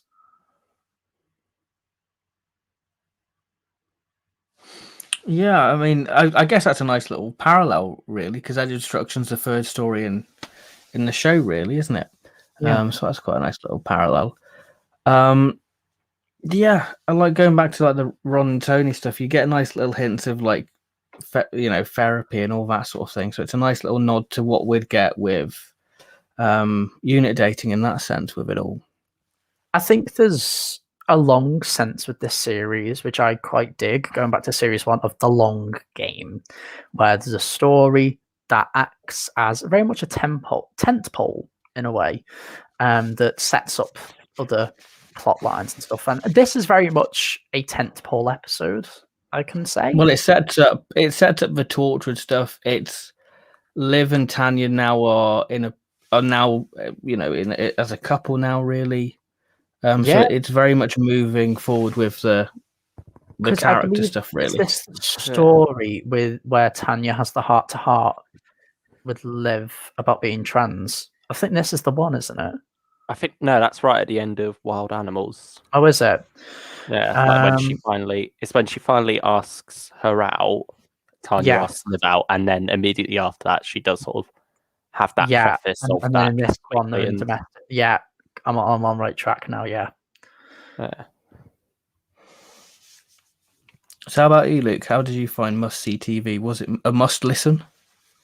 Yeah, it's not quite the weakest of the box set for me. I will say that was divine intervention still, but it definitely does feel like a bit of a step down from Lost Property and Wild Animals, but still there's a lot of fun stuff with the characters there. Like you, I felt it was a bit of an abrupt ending. However, on re-listen, I certainly feel like it was less abrupt, really, and you do know that this is going to be something going forwards with Mr. Bird, a plot line, and so I imagine that a lot of the pros and cons to this episode will depend on how that plot line plays out going forward, how good it does setting it up. And so it's going to be one of those interesting ones to look back on once we finish Stranded, once we know where that's all going, and seeing how we feel about a lot of these things. And I did like the whole build up of the flat and everything, them all ganging up on the Doctor, and so Ron and Tony are much more in defense of him, and you find out why later on with them, why they are much more trusting of the Doctor than the Akhtar sisters are. And so that's quite a nice little idea there for the plot. And again, it's that whole thing of this quite small scale problem is made to feel much bigger. Yeah. But you do have quite a big threat in the sense of that explosion going off, don't you, with Liv and Andy? Yeah, and that never that's not been followed up on yet. So, we've got quite a few interesting plot threads what are built up, and I think it's quite hard to judge this story, like you say, because we're waiting. This is the foundation block for something big. So I feel like you can't properly judge this story as a whole yet because we're missing a few pieces of the jigsaw for this one, really. Maybe it's the detriment of box sets 1 and 2 being too split up because of Time War 4. Because obviously probably just maybe a bit worried about, having a bit too much 8th Doctor, or maybe it's just production delays due to COVID, who knows. But I think with me, with the way that I've listened to it, obviously me and the listeners of Stranded one a few weeks ago, I can play the long game. Well, I think maybe with the stuff with the explosion, where did Mr. Bear come from? If I listened to this last year, I would probably be a bit fatigued. So I don't know, maybe that's the point of Stranded, maybe just be a bingeable box set 1 to 4 thing. It's just a bit of a shame of the release dates that kind of gets a little bit lost and forgotten about, I think. Yeah, and now we still have to wait until November for the next one. Like, you think it's a bit better the gap here because it's the same year, but actually it's only 1 month less. Like, it's 9 months between June and March, and now we've got a 8-month between March and November. So even though universe will be over, it's a shame. So hopefully they'll bring it forward. I know they sometimes do that with some box sets. I shift the release date around close to the time, like when we get details. It's like, well, please, at least October, get it to us a bit sooner. But yeah, it's a shame it's so split up. Well, it's just going back to the point. I feel like this is a thing Big Finish have rectified recently with the recent box sets of Dalek Universe and 9th Doctor, that we don't have to wait as long to see the end result for this, because Dalek Universe, it kicks off in April, it's finished by October. Whereas Stranded seems to be like the last remnants of, we don't really know how to schedule it, but, just wait a little bit. Whereas I feel like they've got this plan of going, we're going to release it so you get the consecutive story. Because, like we said, but Stranded is very accessible, very easy listening, and you just want to keep going and going and going. And I think that's the enjoyable and endearing thing about Stranded, really. I think that's hopefully going to be part of the relaunch that they're doing from what they have announced so far with these 9th Doctor and Dalek Universe stuff. And then also looking at the schedule for the 4th Doctor series with Harry and Naomi, the new companion, way off in 2024. There's this seemingly consistent gap of 3 months between box sets now, and I think that is hopefully going to be part of the relaunch where each Doctor will have like that 3-month gap between box sets, and it'll be like a regular release schedule for each Doctor going like that. So hopefully the 8th Doctor stuff after this, we folded into that, and we will get these ongoing things with a release 3 months apart. It's a bit weird to think that with the way these box sets are scheduled, it doesn't feel like we know the full extent of Stranded yet, but when box set 3 comes out, we'll probably be thinking a lot of, what's next for the 8th Doctor, because they're planning the next series of the 8th Doctor stuff. So that's a bit of a weird thought, isn't it? I mean, it's like with the basement thing, because I thought, he's going to be like a Time War version of the 8th Doctor. That's what the Doctor's going to see, a sort of a battle-scarred 8th Doctor, but it's something completely different what we see, really, in the basement. I think it's what I was saying to you guys. It kind of feels like the 8th Doctor at this point is edging towards 2005. He's edging towards the incarnation of the 8th Doctor that was seen in The Flood. When the 8th Doctor comic started to maybe move away from the science fiction element and just kind of set itself in reality, because we know that obviously in The Flood, when the Companions comes out, it's that inclusive modern day Britain. Not every face is white, and that's something that the big finish just finally embracing a little bit. So yeah, it just feels like he's coming up with the times, the Eighth Doctor's run. Oh, is it coming to its close? We even get sound effects from the 2005 run, don't we? In Stranded 2, especially in Unit Dating, you hear the 2005 vortex. So it's almost like, oh, I don't know. I just get those vibes of when you read through the Flood and things like that, and you're like, oh, what? That you go back to being like, oh, how was the Eighth Doctor going to regenerate? Does that make sense? That kind of feeling, it's that anticipation of like, what's is everything coming to a close? He's catching up with his timelines now. I think Stranded 2 definitely has one step forward in that. Yeah, definitely. With something, a little returning item in Unit Dating. Oh yeah, that's true. Very true. Have we got anything else to add for must see TV, and then we'll do the final story, and then we'll talk about Stranded 2? I think a 7 out of 10 for me. Yeah, I'd probably go 7 as well. I'd say. Out of Full House for 7 as well. Yeah. As much as I have my faults, I feel like I can't properly critique it because, like you say, it's the long game story really with that. I think also a lot of what's enjoyable about must see TV. So just one last thing is that it's stuff that can be very quickly summed up with it's just the characters and like their interactions, and there's a lot of that throughout to enjoy. But when it comes to talking about the negatives, it's a lot more like little odd things that don't quite work. And so we spend much more time talking about those negatives, even though we generally do feel much more positive about the story, I guess. Yeah, that's very true. So Divine Intervention, the series finale of Stranded 1. The story what made us wait nine months to get a sort of a conclusion. Very good start. The most tense I've ever felt watching or listening to a Doctor Who piece of media ever, with the Doctor being on a game show. Yeah. It's a wonderful little start, and I think it's a nice little tie-in with Must See TV, because it is a Must See TV moment seeing the Doctor win that money, and his idea of a game show that I'll just keep going on it, keep winning the money. It's wonderful, and then we have the sort of domestic side of him trying to invest in these tech companies, and then you have the sort of riot with Liv and Helen, and the beautiful moments within that is wonderful, and the Doctor crashing Liv and Tanya's date, going, "Don't worry, we'll have a table booked. We can move some tables, and it'd be wonderful." I like it, but again, like we say, it suffers with the sci-fi. As soon as the aliens are introduced, and you're like, "Oh, okay, we can't just have a nice little well-prepared meal." Such a hypocrite, isn't he, the Doctor? Like, he's all against capitalism and everything, but when it benefits him, he's all for it.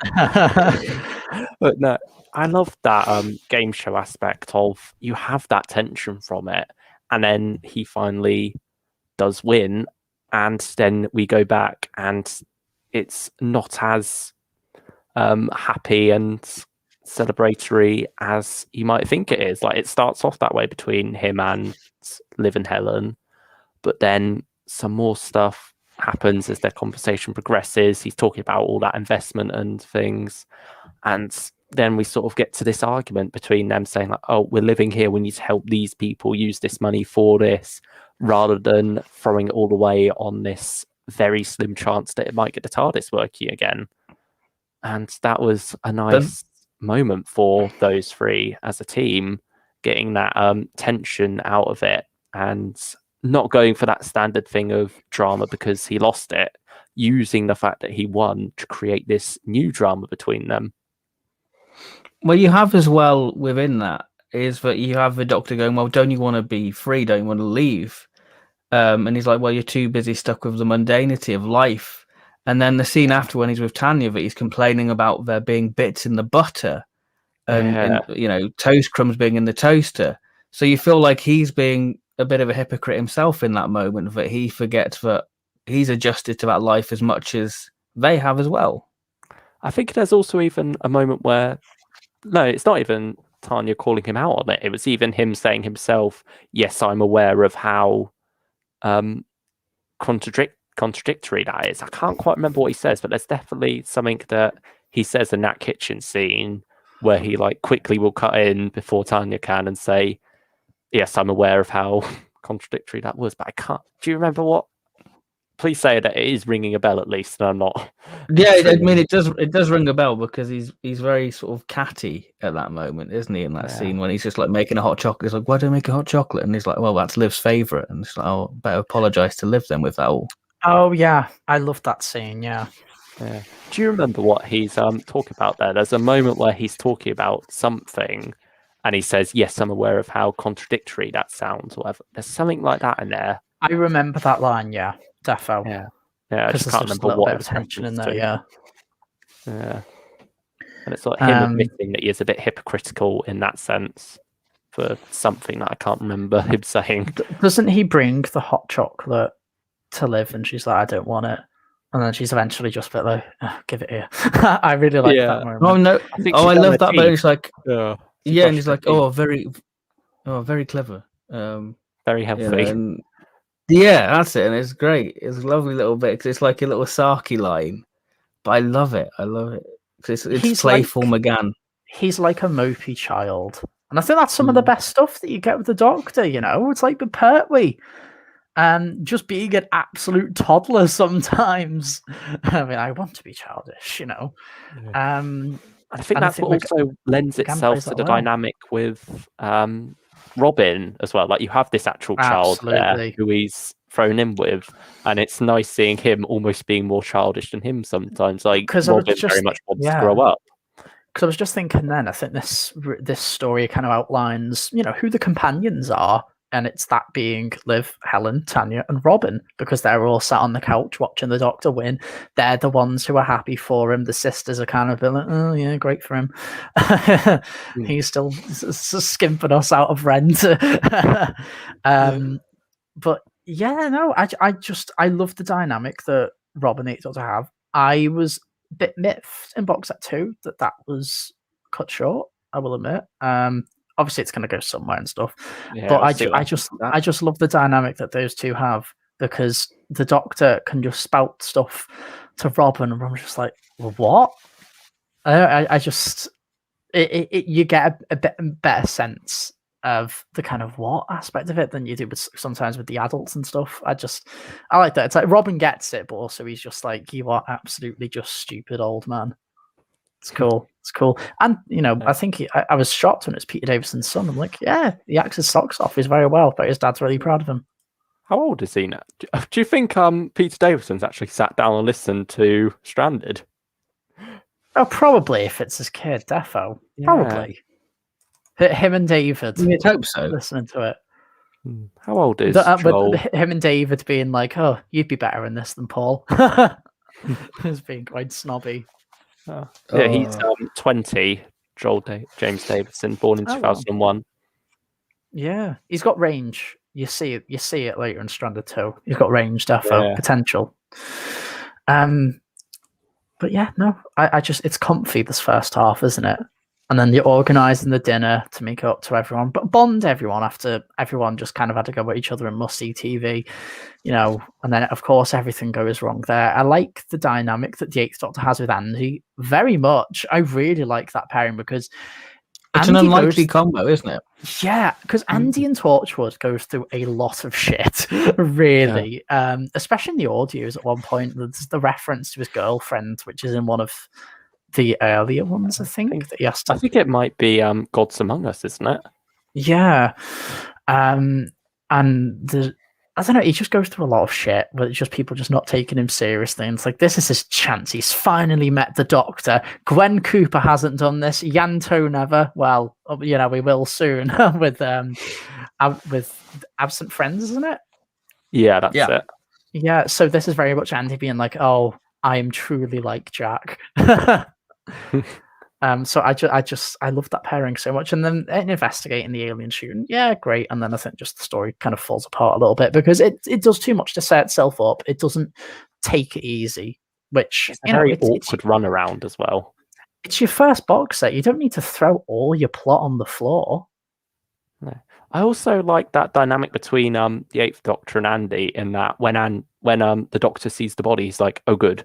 I mean, terrible. This is he has that moment. But I think Andy almost relates that a lot because for a long while he wants to be like Gwen, he wants to be in Torchwood, and he knows all this terrible stuff that goes on with that. So he almost relates that a bit more of this excitement that can come from Definitely, all yeah. these terrible things, even though they're happening.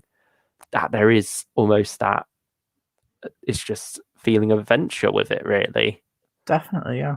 Yeah, and it's nice that he gets to share that moment with McGann. And I keep saying McGann instead of the Doctor. I think it's because we also have Tom Baker as the curator in there. We want to distinguish, but we can just distinguish by Doctor and curator, really. But yeah, it's a nice dynamic they get going. And also for Andy now, when you think about time-wise, we're in 2020, even though he still feels like a novice in some ways to all this stuff, he's been doing it for over a decade now. Yeah. Like in terms of... Well, it's like you said that Owen and Tosh have been dead, what, 10 years or something like that? Yeah, Wow. yeah. That's a Like, Jesus.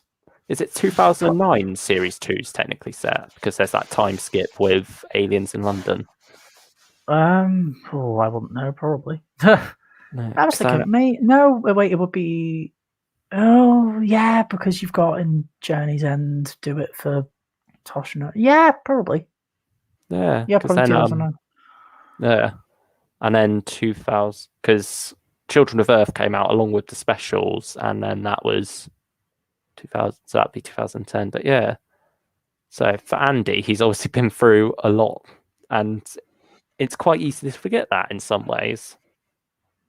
But he still feels quite new as well, because I feel like because TV Andy's only in it, a couple of times, but I feel like because Big Finish have really taken Andy on board with the Torchwood stuff, especially during lockdown, we're finally getting to know Andy as a real life character, and we do have that Torchwood monthly range one coming out of Gooseberry where we have Owen and Andy again with him having his girlfriend. So it's an interesting one, isn't it? Yeah, which definitely sounds an interesting lesson. Yeah, I think it's nice that they've taken him as this fan favorite character who probably was. I think he was on the chopping block like several times. He could have very easily been killed off by Russell. And I think it was even suggested on audio for Gods Among Us, but I think it might have been Russell who wanted to do that. But then the Big Finish team said, actually, Andy's becoming quite a fan favorite. He's being developed quite a bit. So can we please keep him? And Russell's like, oh, sure, kill off Gwen's mum instead. That's quite a random moment in that story. Yeah, and there's a reference from Andy that Torchwood's no more. Is that relating to the Torchwood box set at all, or is that an event that we've not seen yet? I think that must be in relation to Gods Among Us, mustn't it? I think that ends on a bit of a funny note. I think like everyone goes their separate ways.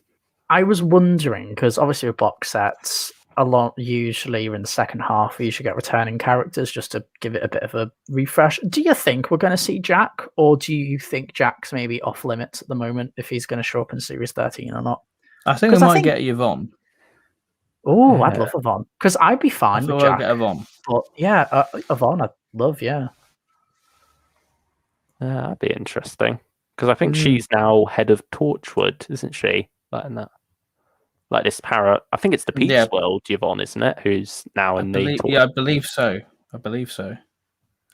Yeah, it'd be interesting. It very much seems that the Torchwood world can cross over with Doctor Who, which I think is very fresh. It's something that's, I don't want to say happened before. There's just been teasers of it, obviously, in Stolen Earth and Journey's End. But, it's refreshing that we can get, anyone can show up. Because I think if there's no issues with, like, Chibnall continuity and stuff, very easily could see him.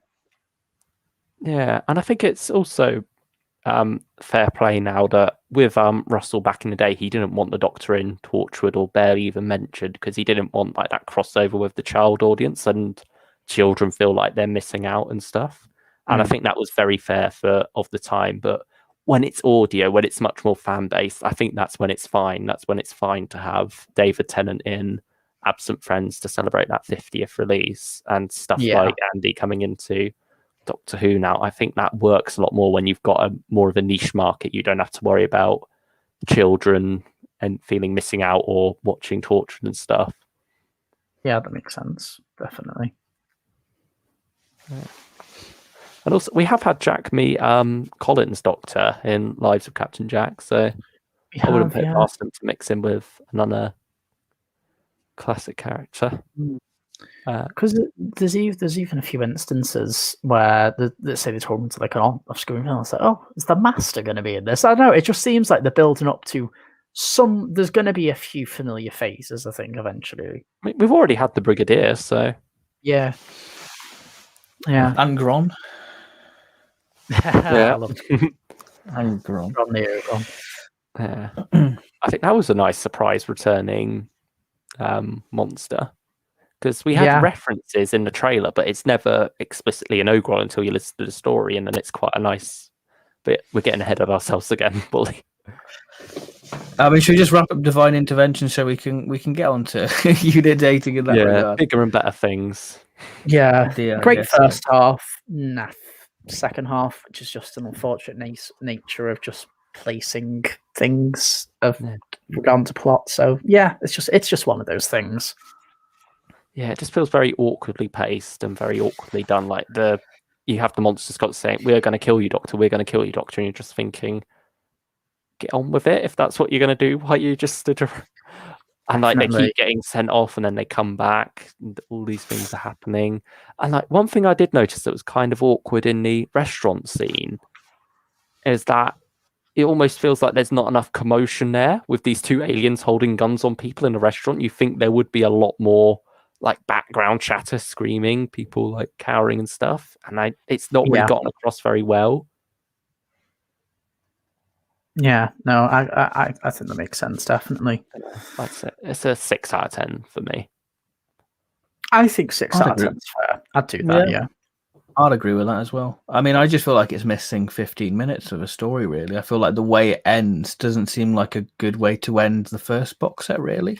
It feels a bit of a convenient way to get the TARDIS kickstarting a little bit, which I don't think the TARDIS needed to be a thing until box set 3, personally.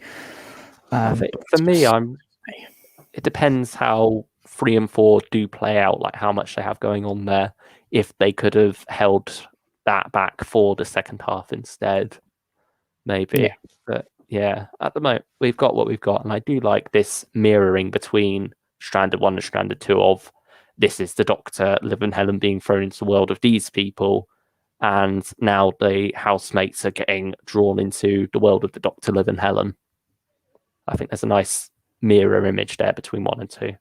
Everything comes out, really, which sets up some more adventures in box set 2, which it needed to happen. I think they dragged out the alien stuff, I think, to the correct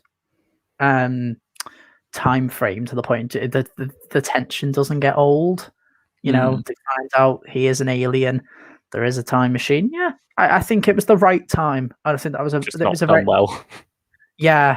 was a very good call to set up other stuff, really, I guess so. But yeah, 6 out of 10. Yeah. So on to Stranded 2, Dead Time, the halfway mark for the series. I'm going to be honest, Dead Time has some lovely idea of the TARDIS can, move forward, but the world around it shifts. And I love that we can see the outside world. And I think that creates such a great image in your head of that. Yeah. But I think Dead Time for me feels a bit Orphan 55 in the sense that you've got, it's like when they leave the holiday resort, but you're on this sort of desolate earth, really, aren't you? And you've got so many characters within that. And I don't feel like the story sort of accommodates every character that well, to be honest.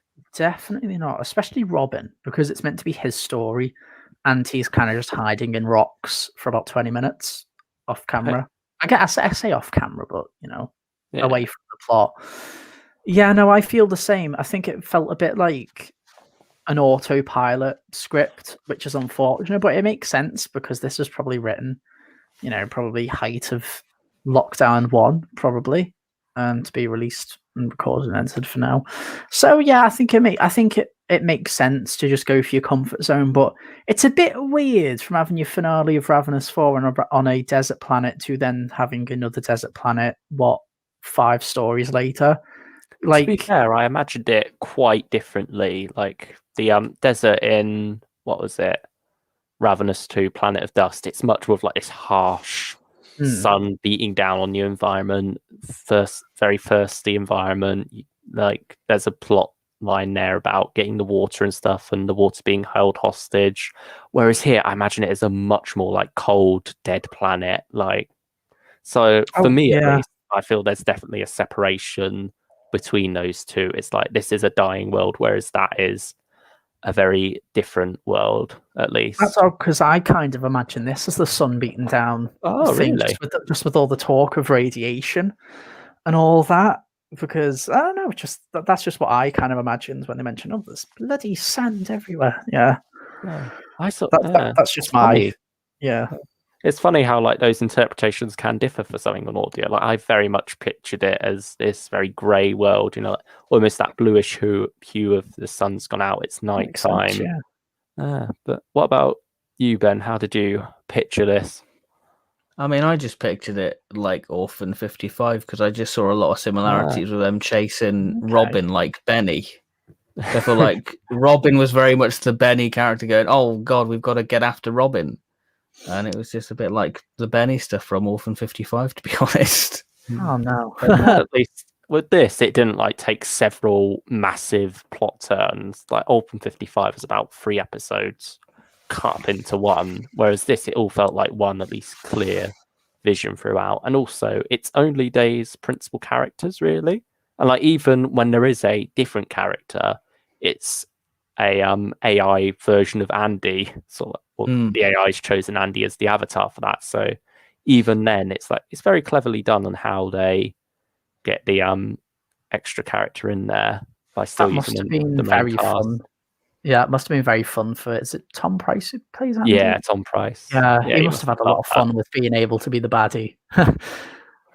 Yeah.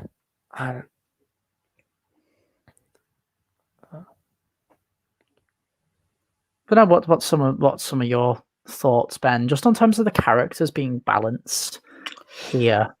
I don't really feel like it was that balanced. Like I love the scenes between the Doctor and Tanya because it's very much those two working as a group, really. And I feel like Helen's very much sidelined, you know, the childminder looking after Robin. And, you know, we get that scene with Liv and Andy sort of exploring that dynamic a little bit more. But I don't feel like it's that evenly paced, to be honest. I think it halters a little bit 20 minutes in. But go on, Luke. Yeah. I wonder, actually, if on re-listen, there's a reference to the girl in the 4th story of the set. Because you have that scene where they're, like, looking around to see who's watching before they dematerialize, and like they describe some random people. I do wonder if one of them is that character, come to think of it, because I don't remember any of the descriptions off the top of my head, but that could be something interesting that pops up on re-listen. That's true, because I think there's an interesting implication, you know, when you see time going by, it makes you wonder, did the TARDIS disappear or did it just stand there for all of eternity? I think that's an interesting thing to ponder on about. Did it become like this lost box on the street corner? It became like a famous landmark across like wars and civilizations rising and falling. Like, did the TARDIS disappear? Because obviously it's its first flight.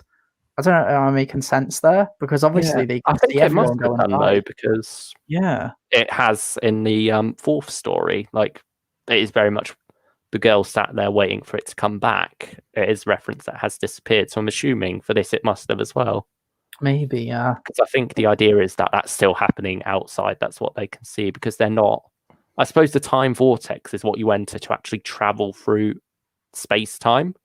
Whereas that's not quite what's happening for the TARDIS at the moment. And that's also a very nice idea of like the Doctor is still stranded, but he has a bit more freedom in terms of time and space. And I think one of the characters even mentions it. I think it must have been one of the Akhtar sisters in the 3rd episode where the Doctor's like, oh, I'm still trapped. And they're like, you've got the whole of time and space. The whole of time here for London. Like, that's still a lot of stuff you can go do. And it's always like the Doctor's taken for granted, like just how much he has out there. That now the possibilities have been widened very far for him, but he's still like a bit grumpy about it. An interesting thing I want to ask you is, how did you imagine the TARDIS to look like? Because It's implied that it's not the TV. It may still be the TV movie console, but there seems to not be any walls, because when the Actar sisters go in, they say, "Oh, you can see outside." So it seems to be this vast empty room where you can see outside. It's still bigger on the inside, but there's just kind of a dead console in the middle. But I was kind of imagining the War Doctor's TARDIS. I was kind of imagining something more like the Eighth Doctor's TARDIS itself, but obviously like shrunk down a bit. And then the walls themselves, they sort of mentioned them being partially see-through, not like completely clear. So imagine it more like you've still got some roundels there now, and that's sort of like what you can see out of as like these little windows, and like there's some light coming in from outside, and that's what you have all around it. What about you, Ben? Yeah, that can make sense. I mean, I just imagined the TV movie TARDIS console and like the iron girders and then the outside world. Oh. Yeah. That's what I envisioned within it, really. Yeah, I imagined almost the console to be this sort of shrunken down TV movie console that was done in the 2003 artwork for Human Nature. It's the one with Sylvester McCoy. It's the painting. He's on the kind of wooden console and it's a cat on top. I kind of imagine that being the console, or a very prototype stage of the Ninth Doctor console. I don't know. That was just me. Yeah. And it was just going through my head. Because obviously the Ninth Doctor console, when you watch Confidential, they're like, this is meant to be something that the Doctor has worked on for years and just cobbled bits, stuck things on. So I imagine it's kind of the very skeleton of that in a way. But no, it very much still could be the Eighth Doctor one. But again, it's the kind of thing of the tone of the Eighth Doctor series it's catching up to 2005 now in a way. So it's kind of hard not to make that comparison. Yeah, for me, I feel like the Eighth Doctor TARDIS in the TV movie is very much like this open plan TARDIS, isn't it? But I feel like now in the audios, a lot of the time, it feels it's been more like not shrunken down, but like that main console room has been shrunken down, and then everything else is sort of like still there, but just off in separate rooms now. It's like much more managed, like similar to what it was in the classic and now the new series as well. Yeah, so that's sort of how I can often imagine that. And so it's that same aesthetic, that same vibe, but not the same room itself, I suppose.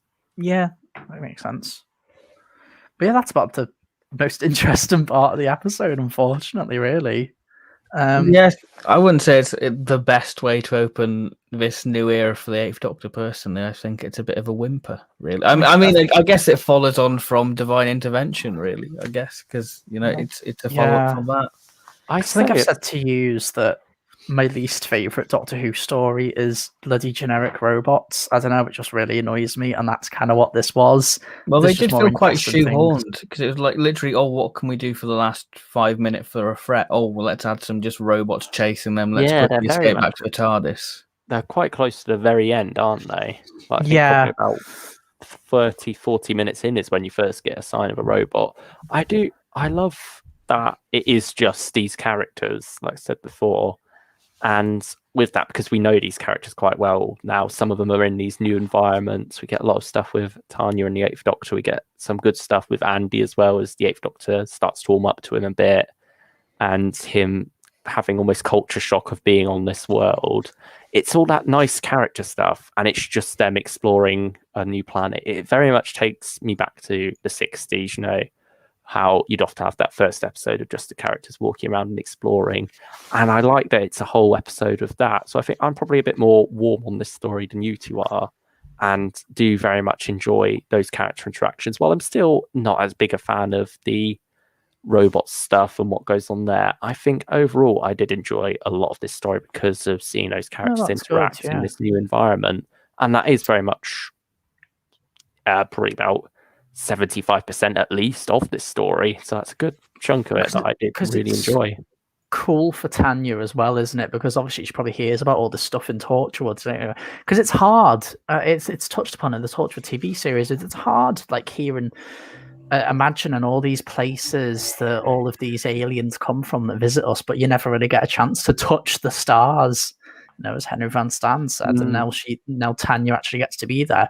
And again, with that interaction she kind of has with the Eighth Doctor, because again, as you said before, like she doesn't really talk to the Eighth Doctor that much because she's got her own story that's beyond the Doctor. But I like that she's on the same pitch as him. and I think that just makes her a very strong companion for the Eighth Doctor in a way, which I think makes me prefer her to Helen, who just kind of like goes along with everything a little bit. Like they try to include her very much in the plot with her being the babysitter to Robin, but then her agency is just reduced to being a babysitter. That's the problem, you see. I think as well. You go on, Luke. I was just going to say with Tanya, I feel like there's a mutual respect, but I feel like she's very tiptoeing around the Doctor because she doesn't want to get compromised and have questions laid on her, really, about what she's doing, really. So I feel like there is a really interesting, not awkwardness, but there's a slight edge to whenever there's a scene between Tanya and the Doctor.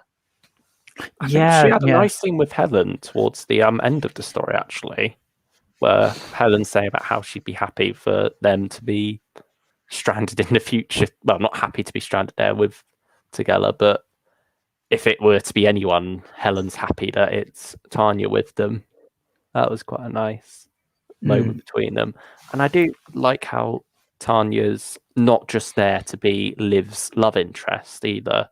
She has a lot of her own stuff going on there, and a lot of her interactions with the Eighth Doctor in this story aren't even about Liv. It's not like the reverse Bechdel test, I suppose, where it's these two characters talking about the other love interest. It's these two characters talk about lots of different things and the excitement of being on this world. It's some very nice stuff between them.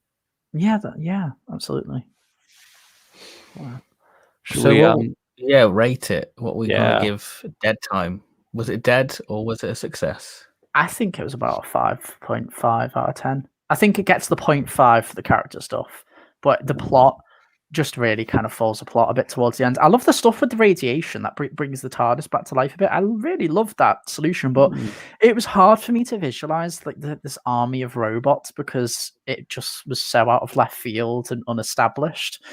I just think it would have been way more interesting if they were running away from this just one singular robot who just went psycho Terminator and was just chasing them back and is hammering on the doors. And because you make the point about the defenses of the TARDIS being down, you can make it believable, but this one robot can get in. You don't need an army to do that. So even then, that's just me.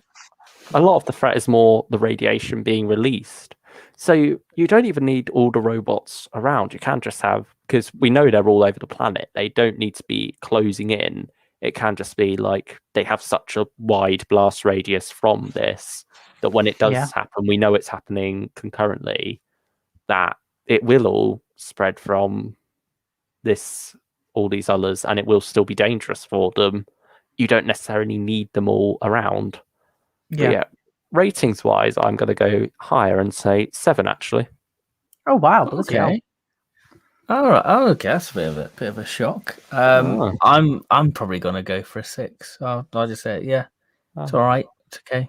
A common theme with Stranded 2, I feel, is that it likes to have a bit of a surprise end to each story.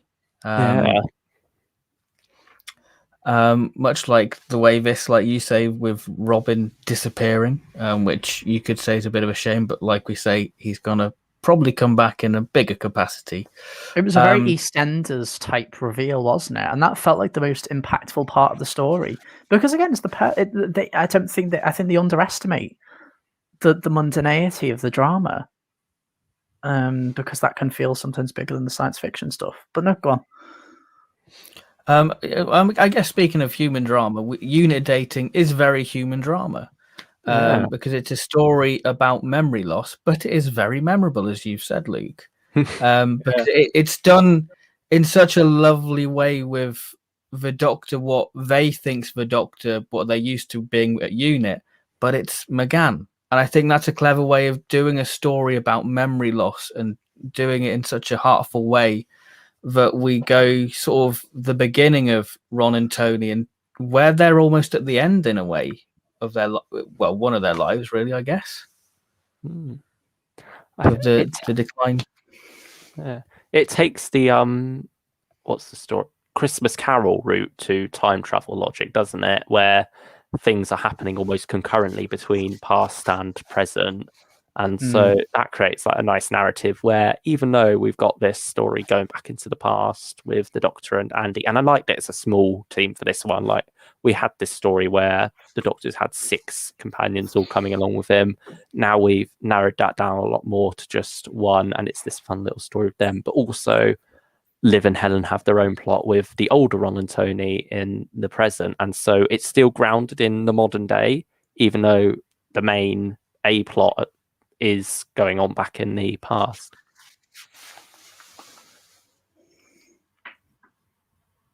Again, we have the combo of McGann and Andy, which I think is a real delight, and I wouldn't mind just a box of those two traveling, because I think that they're kind of a bit like Troughton and Jamie. I feel there's a nice bit of comedy between them. Going, well, you do it, distract them while I go to a lab and get some bits from my previous self. Really, just try and Andy being all giddy, going, dropping references about their futures. Wonderful, really.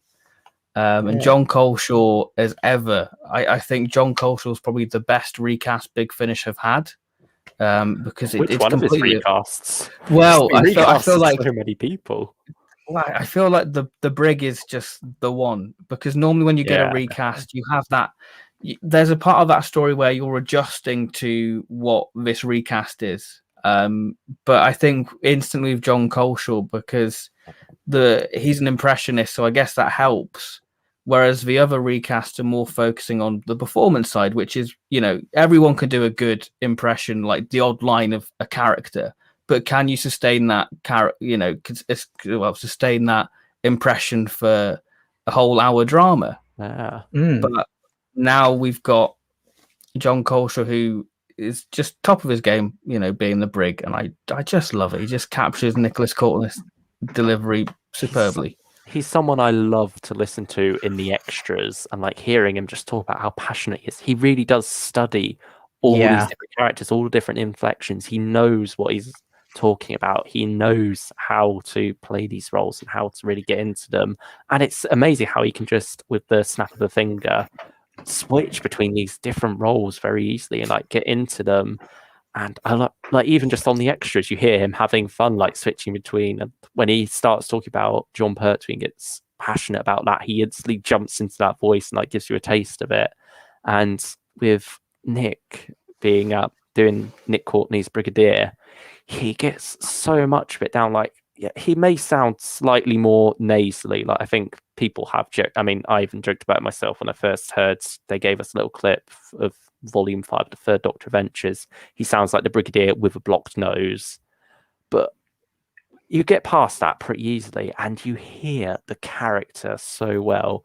And I think John has even made alterations to some lines himself in different stories, where I think he mentions in the Scream of Ghosts, a story from the what's it called, Volume 5, the second story of that. He mentions how there was a line about I think it's a fire extinguisher. He says, "Damn fool fire extinguisher," copying Nick Courtney's line in The Three Doctors about damn fool flutes.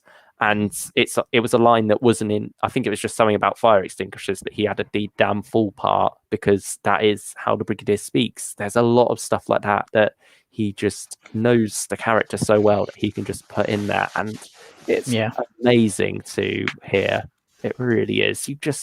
You feel the characters there. It doesn't feel like a recast per se. It feels like the character is still very much living on. And I think that is just something so incredible that John Coleshaw has done with this role. And even in this story, it's quite a thankless role in a lot of ways. Like, the Brigadier's not really up to much in there. Like, he's stuck in the time loop, so a lot of it is repeating himself. But even with that, he still does make an impression. I mean, the Brig is quite an accepting character, because he accepts, Liberty Hall, and all that sort of stuff with Ron and Tony, but he doesn't care about their private life, which is wonderful, really. The Brig supports that sort of stuff. Yeah. I think it was also there's this wonderful scene between him and the Doctor as well, where the Doctor sort of has that moment of looking back, and it's a reflection as well for him of having been stranded once again at this point. He knows how grouchy he can get. We've seen it in Stranded 1 of him getting quite grouchy and grumpy with Liv and Helen at times, being very prickly there. And he looks back at the Brigadier, he looks back at that time and sort of says to him, I was quite hard on you, wasn't I, at times? And I'm sorry, and I haven't really ever thanked you and given you enough credit for putting up with me and stuff. It's a wonderful little moment. I feel Unit Dating is a very good story throughout, and also has so many good moments, big or small. And like that little moment between the Eighth Doctor and the Brigadier, like it didn't have to be in there, but it just adds so much joy to me listening to that. And it's just a wonderful mirror for Stranded as a whole to look back on and reference the time the Doctor was previously stranded with Unit and dive back into that, but still in its same Stranded style. It's not doing a Pertwee style story for the sake of it. It's going back into that world still in the Stranded style with this small scale issue and these more diverse characters. And it's wonderful stuff, really is. How about yourself, James?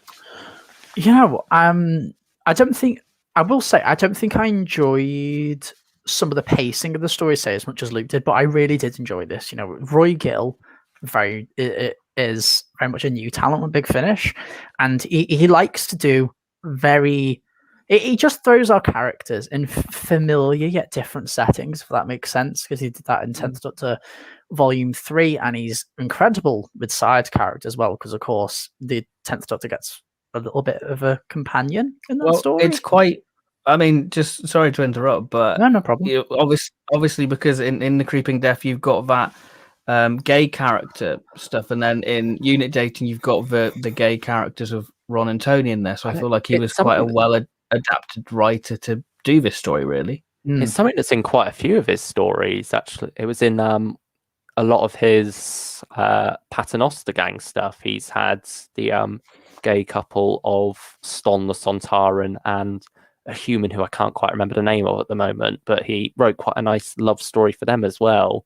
And he's done the same with a character in the Diary of River Song Series 7. He writes a gay love story in that as well. And I think he's very much the Big Finish writer suited to this story when you look back at all that and seeing all that he's done and how he just treats it the same as a straight relationship will be treated in a story.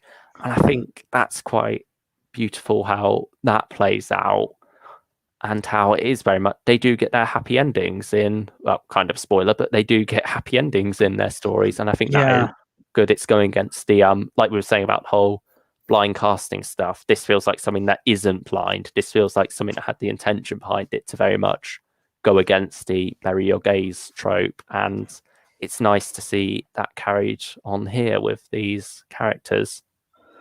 Yeah, definitely. I think it's a little bit of a shame the next story kind of follows maybe too similar of a thing of the awkward budding romance mixed with existing in the future, if that makes sense, because obviously it's a little bit different in the next story, but it would have been nice just to make the Akhtar sisters grandparents. It gets complicated with the reveal at the end. Just maybe just to make that storyline just a little bit different for this one, because I much did prefer this storyline in Unit Dating. I like how the Brigadier, it's a very much slow build up to him. You get trickles from him, trickles, and then it really rewards you with that, with him just being pretty much the Doctor's side character for the final third of the story, which I think worked exceptionally well. The John Coleshaw's Brigadier impression, it very much. I will never have something bad to say about John Coleshaw. He's great. I love how he's just one of us. He's a fan, But I as all with all of his impressions, I can hear John Coleshaw in it, but still absolutely works as the Brigadier. Is his performance any different in the 7th Doctor Main Range audio since he's playing an older Brigadier there? Not so much, I'd say. But I think, to be fair, Nick Courtney's voice never really changes too much.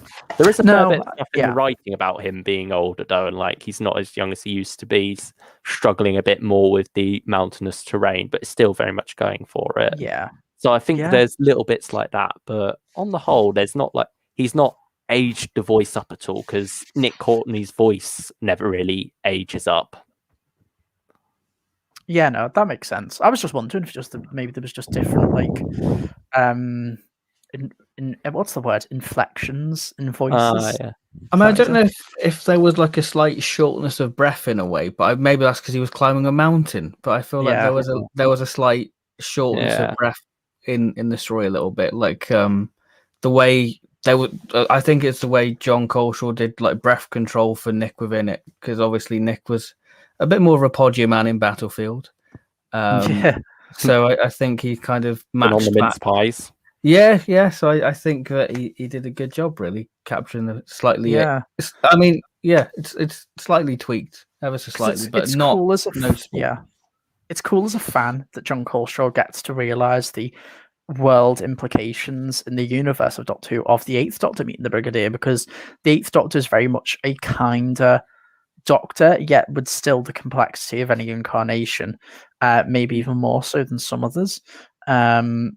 Because I can imagine John Coleshaw as the type of person who, in whatever year, 2000 and maybe 2000, actually picked up Shadows of Avalon because it has the Eighth Doctor and the Brigadier, and probably opened that book up excitedly. And obviously that book is right in the middle of Faction Paradox. And just went, what the fuck is this? But like he likes to mix and match characters like us, the action figures, bashing together this character meeting her, and that's cool, and he just gets that, and I feel he carries that in his performance of, yes, it's the Brigadier meeting the Doctor, but it's also the Brigadier being a little bit on eggshells, being like, oh god, another one.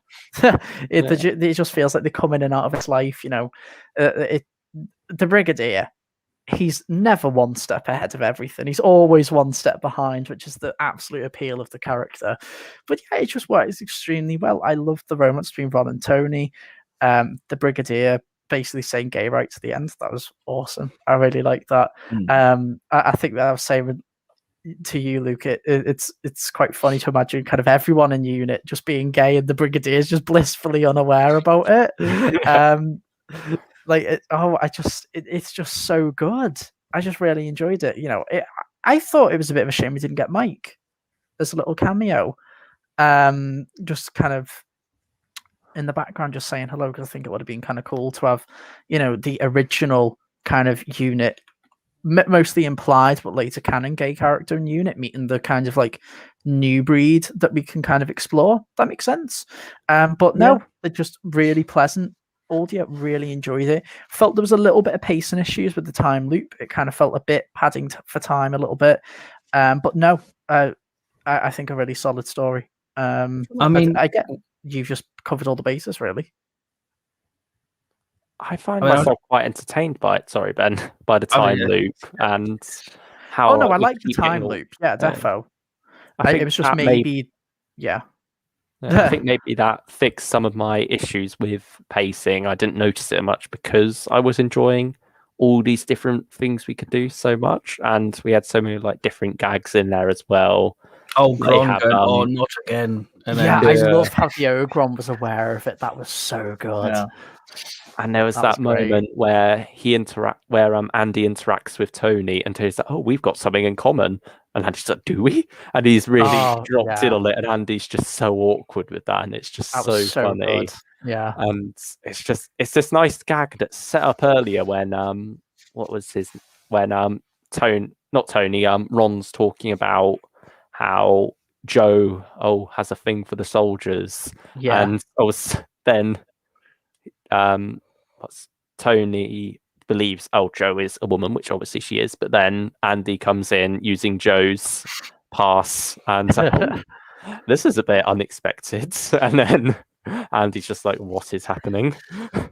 There's so many good moments like that, and also there's that beautiful moment where Ogron gets to go home and the Doctor has to give up his own freedom for the freedom of this Ogron. And you got Gron, good strong Ogron name. No Gron been eaten by Ogron eaters.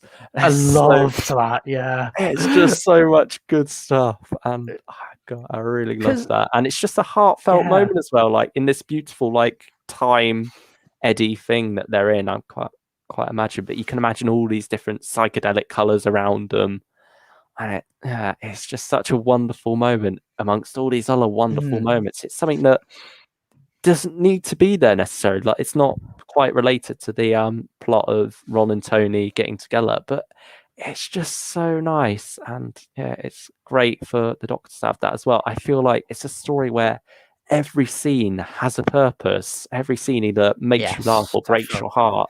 It's just it's so wonderful. It's a beautiful story. I love how we got an Ogron who's not just a grunting bad guy. Because I mean, again, Ben will probably spit on me for this, but I'm not a huge Ogron fan. Like, I don't know, I'm just not a huge fan of the Ogrons. I actually really like them in Frontier in Space because they actually have like a genuine sense of vulnerability to them, especially when interacting with the Master and all that. They just kind of cower a little bit, and I really enjoy that with the Ogrons. But maybe it's just my hatred of Day of the Daleks. I just don't like it. But no, I've just never been an Ogron fan because it makes no sense for the Daleks to have these grunting servants. Like, you're meant to be the most deadliest thing in the universe, but I love when they just add those little bits of character to them. It makes me smile. And yeah, Gron is just the best boy. He just deserves. You need to experience Ogron Doctor. Ogron Doctor's best. Yeah, and it's played by John Coleshaw again as well, same as Gron. And you have this in Frontier in Space. There's that moment where the Ogron gets left behind with the Draconian prince and stuff. And so you can believe here that the Ogrons during, I'm assuming Day of the Daleks, or maybe there's an unaired, what's that Big Finish all later do or something, Ogron invasion of some sort, or Ogron story where this guy just gets left behind on Earth and he just wants to go home.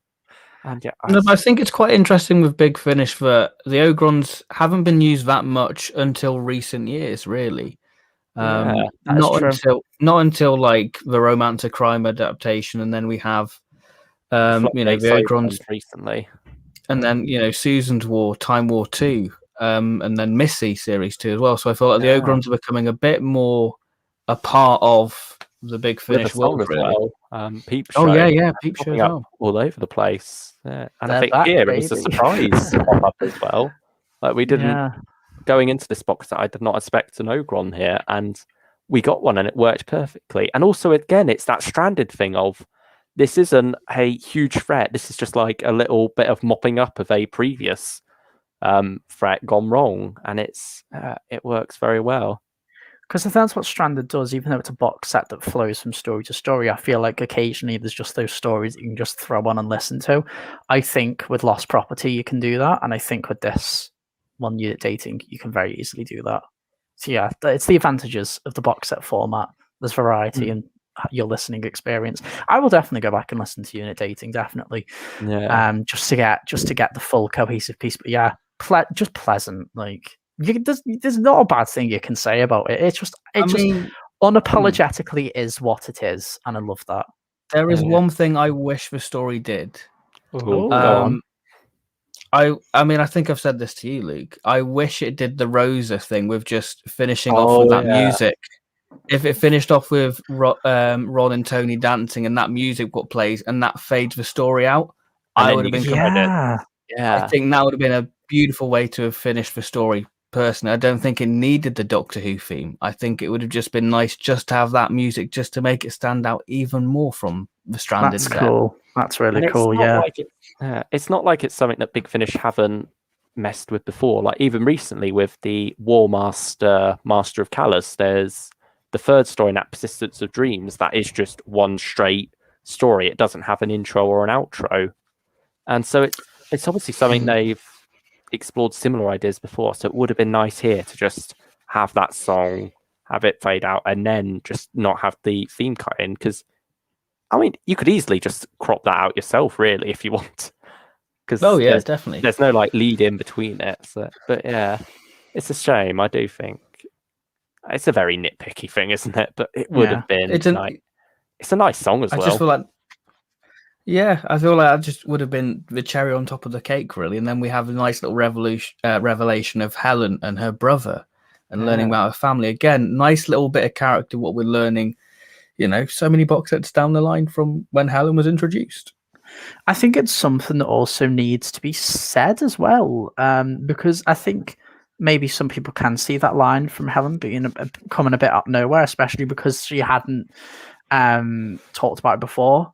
talked about him before. Sorry, but it still absolutely needs to be said because it's that perspective of looking back, which is what Rosa does as well, where it's like, oh, this is what happened to Rosa Parks, and even though there's still a long way to come, you can see how that deserved acknowledgement's absolutely there. And it's very strange to look back at, because me as a TV scholar focuses a lot on, oh god, that's so horrible, ugh, that TV scholar, ugh, never saying that again. As like, What a pretentious knob. Oh, it's what they drill into our heads in uni. I'll never say that again. But like TV academic, I focus a lot about, especially from a dissertation recently, just Slightly about like better. the gay representation Binge watch over time. I think as well, we've had dramas like It's a Sin this year, and I feel like Yeah, we're becoming more open as a society to these stories to be told. And Yeah. It's a Sin, wonderful series, definitely recommend it. And it's so heart-wrenching and terrible the way treatment of those people were back in the 80s. We're only talking 30 years 30 years ago, and here we are 2020. yeah. Things are hopefully a bit better. Because we focus a lot about now on representation on telly, gay representation on telly, how we can improve that, having gay actors play gay characters. Absolutely, that should be how it's done. Or It's a Sin, name another show that's that authentic. Every character and actor have a symbiotic relationship due to that casting. It's incredible. We never really explore in media just how it literally was illegal to be gay, and that's why it was a very important thing to say, to just stop the story and just go, look right here. It takes away. I know it's just a different. It adds a different flavor, and it's a bittersweet thing, and I love it. It's just important bit of dialogue and the story right. Just great. It's also nice how matter of fact, while Liv and Helen are having that conversation, that Liv just says it could have been bisexual, pan. There's something. It's something that I feel TV will often shy away from saying, and audio as well. But it's very nice to just have that. Like even with gay characters, you can often like just shy away from actually explicitly saying it. And I think in a way it's sort of, maybe they want to make it feel more equal, because you're not going to say, oh, straight a lot of the time. And so I can see that argument in a sense of wanting it to be equal. If you're not highlighting it being straight, you don't highlight it being gay. But at the same time, I think it is important to have these words out there and, show people what they truly mean. Yeah. Because us as straight, cis, white males, labels to ourselves aren't that important, because we're not oppressed, vilified, criminalized by that. While for marginalized communities, those labels are incredibly important. There's a reason why it's a major part of your identity, because it's something that you have to hide. We have never had to hide the aspect of ourselves of who we love, and how we can present ourselves. And we will never be bullied for that. Have a hate crime portrayed against us against that. So that's why those labels are incredibly important for marginalized groups, And because you don't really get that in BBC led stuff. It's usually Channel 4 who does that, but sometimes with BBC dramas, it's usually gay side characters, while Channel 4 is usually the utmost gay main characters, i.e. It's a Sin. That's why that was commissioned for Channel 4. So it's cool to get that from a BBC licensed product. I think it just brings it more into 21st century, because that's what they talk about in Doctor Who Confidential, bringing Doctor Who back into the 21st century. And it's cool that exploration of bringing it into the 21st century is still going on, in a long-winded way of saying it. It never stops, because it never can stop until everybody is treated equally, which is going to be a long time. But unfortunately. Yeah, I do remember having a conversation with a friend at one point, just like, I think he said, like, oh, what's the point in having gay pride now? Like, it's legalized. Gay marriage is legalized. Why are you still going on about it? And it's just like, I remember saying, like, no, they're still oppressed. Like, obviously in this story, we have the fact that homosexuality, the criminalized, what is it, 68, 69? Is it early? I can't remember the exact I will date. Google just to get that for you. But yeah, But Sounds it's- about right. Yeah, it's mentioned in this story about how that happens then, and suddenly everything isn't fine still. Like, there still is a long way to go, and even now, like, that is over 50 years ago, and yet the struggle is still carrying on. And so that is why it is important to carry this on, and why this story does do its part in showing that. And I think it's wonderful that we have gotten this discussion out of this story, and it's just done a pro of it for me. 1967, which is mental, when we had the first director for Doctor Who being a gay man. To think he would be criminalized for being open like that when that show's airing, you don't think about that, and that's a massive part of our privilege. And that's something we talk about as well with Rosa, about how close that story takes place to when Doctor Who starts. Like, it's 52, I think. Yeah, it's not 11. that far.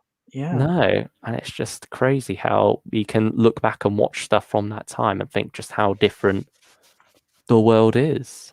And thankfully, Well, it's like the past is a foreign country, really. It really lives up to that motto, really, I guess. Yeah, definitely. But obviously, for us, less so somewhat, because we still have that privilege of it. But yeah. And that's why getting Big Finish having different voices in really helps with this stuff, because it just introduces these concepts that lots of straight writers, will not think to introduce. So yeah, it's cool, really good. Yeah, really good stuff. I don't want to jump to any conclusions or assume of anything about Roy Gill, but I did have a look around online to see if he was actually gay, because a lot of his stories do include gay romances. So I'm not too sure about that. I couldn't find anything concrete one way or the other. He has an LGBT flag in his profile picture, so that's just not nice to you. But obviously, yeah, we could be wrong. But yeah, it's very sort of something that's obviously close to his heart. So that's why it's important to get those. I'm glad writers. that he is. Yeah, I'm glad he is writing about this. And I mean, we can't jump to the conclusion, but yeah, I think it is nice that he is getting to write these stories. Yeah, absolutely. I mean, it's all power to him, and their stories what need to be told and said, so history doesn't repeat itself in a way, really. Yeah. And they're also just good stories that we enjoy listening to. And look, definitely. We've had like a discussion about this one topic for about 20 minutes. That's how important this is, because it can ignore it can go beyond Ogron talk, to something that relates deep to ourselves and identity. That's why it's important. And again, maybe just a little bit of comment just about kind of writers. I think great, absolutely getting a new voice of Roy Gill. I just think maybe Stranded going forward, it'd be great if we could get another female writer. Just because for 2 box sets now, we've only had one female writer. So just for those other stories, I think it's just an absence that's kind of glaring. I think sometimes that's just my little point. That I was meant to mention that before, but it just never came across. I would like for the writer of Grey Man of the Mountain. Let's have a look. Who was that? Oh, Elizabeth Miles. Yeah, I'd love for her to get in on some Stranded action. I think she'd be good for that, because that also has a bit of a what's it called, LGBT plot line going on in there. So, I mean, she's done some marvelous stuff, because she did a lovely 12th Doctor Chronicle story with Mary Seacole, sort of an underrated figure from the Crimean War. Many people think of Florence Nightingale, but people forget about Mary Seacole. So she's very good at. I mean, I'd love to see her do a past historical story. Yeah, it's just wonderful that these stories are now getting told more, and it just highlights why it is still important to tell these stories, educate people, get discussions like we've just had going between families and stuff. Obviously, with Big Finish, it's still quite a niche audience. It's not going to spark that much. You are still going to have reactionaries who even listen to Big Finish scream about how, it's being shoved down my throat. Or it's woke or whatever. Yeah, like just these it's lost all meaning at this point when they throw words like that around and just automatically brand something as bad just because it features this representation. And it just goes to prove further why it is important to have this. I'm more for them because they're missing some great content. Yeah. So what would you rate Unit Dating out of 10? I think when I was listening to it, I was like 7.5. But when I just loved the way it was resolved. I just thought it was really creative. I loved the stuff with the Eighth Doctor and McGann. Really just elevates it that much more. And then the story just nicely slows down to just show the Ogron in front of the time vortex, which I imagined. I know you said Luke flashing lights colours. I imagined it to be the 2005 one, and just bringing it forward a little bit. But I know I think that's something Stranded exceeds in: slow, quiet character moments. Super cool. So I'd probably give it an 8 out of 10. I think really cool, very good story. Yeah, I will say it is one of the best endings to a story. Like I feel a lot of Big Finish stories, or even Doctor Who stories in general, struggle to know quite how to end and can be sometimes a bit more abrupt than they need to be, or sometimes dragged out a bit. But this feels like perfect in the way, they're just dancing. You have the music on the radio slowly getting louder and going into like just the main audio track itself that's all you can hear at that point. It's something beautiful, something that I don't think Doctor Who does all that often. It's something that works very well, feels, I don't know, there's just something very perfect about the way it ended, and honestly brought a tear to my eye. Rating, I want to go 10. I feel like I should be sensible and go 9. Just pull myself back a little bit. How about you, Ben? No complications. 9 out of 10 for me. I just love it. It's got Pertwee references in. You're sorted. That's your heroine in there. Makes me squeal like a little boy in a sweet shop. Yeah, and I think, like I hinted at earlier, we also now get the classic Who sonic screwdriver back in there, with McGann nicking one of the third Doctor's cast-offs, as he says. And I think that's just a nice, it's a nice way to loop it back to when Night of the Doctor comes on. Obviously, Dark Eyes had come out the year before, and we'd had this updated Eighth Doctor. Suddenly, had this new look, this new screwdriver, and then Night of the Doctor comes on. It's just like almost reverses some of that slightly, and has him with the classic screwdriver again.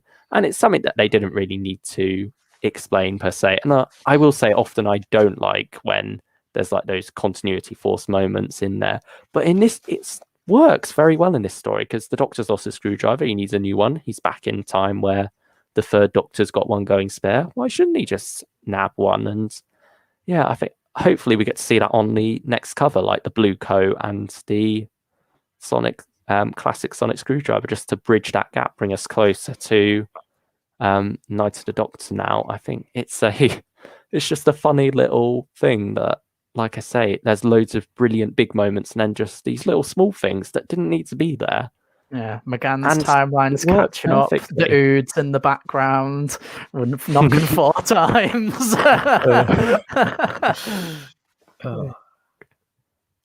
Yeah, I mean, I would say I kind of expected the third Doctor to pop up somewhere in this story. I sort of did feel like he would pop up, but he didn't, which I think that would have given it the extra mark for a 10, but never mind. If there wasn't COVID circumstances, most definitely they would have probably got. They squeezed him in. Yeah, they squeezed him into Diary of a Song as a surprise cameo, so I'm sure they could have done the same. But another world, I just love him just coming back to his lab. There's just smashed test tubes. It's like, Brigadier, what the fuck have you been doing? That should have been the ending for Unit Dating. The song fades out, and then right before the title, the outro music starts playing, it's just the third Doctor going, "What is this? This is bum vendor." Love it. A lot of jackboots have been marching around in my lab. That would have been lovely. We have the Baker Street Irregulars, which I think we've touched upon briefly, because it's very similar to Unit Dating, like you've said, James. Yeah. I mean, I'd say it's the second weakest of the box set for me. I think that it has some great, again, I can't fault the character stuff. I think that's what makes Stranded endearing is the character stuff. With the dilemma and the domestic of will Liv and Tanya get a cat? It's just simple stuff like that, really. So what do we make of Baker Street Irregulars? Do you want to start, Luke? Thank you. I'd say it's my actual least favourite of this set. I put it just slightly below Deep Touch. I still do get a lot of joy out of the story, and I think there's some wonderful moments with the Eighth Doctor going off overseas and going on this mission.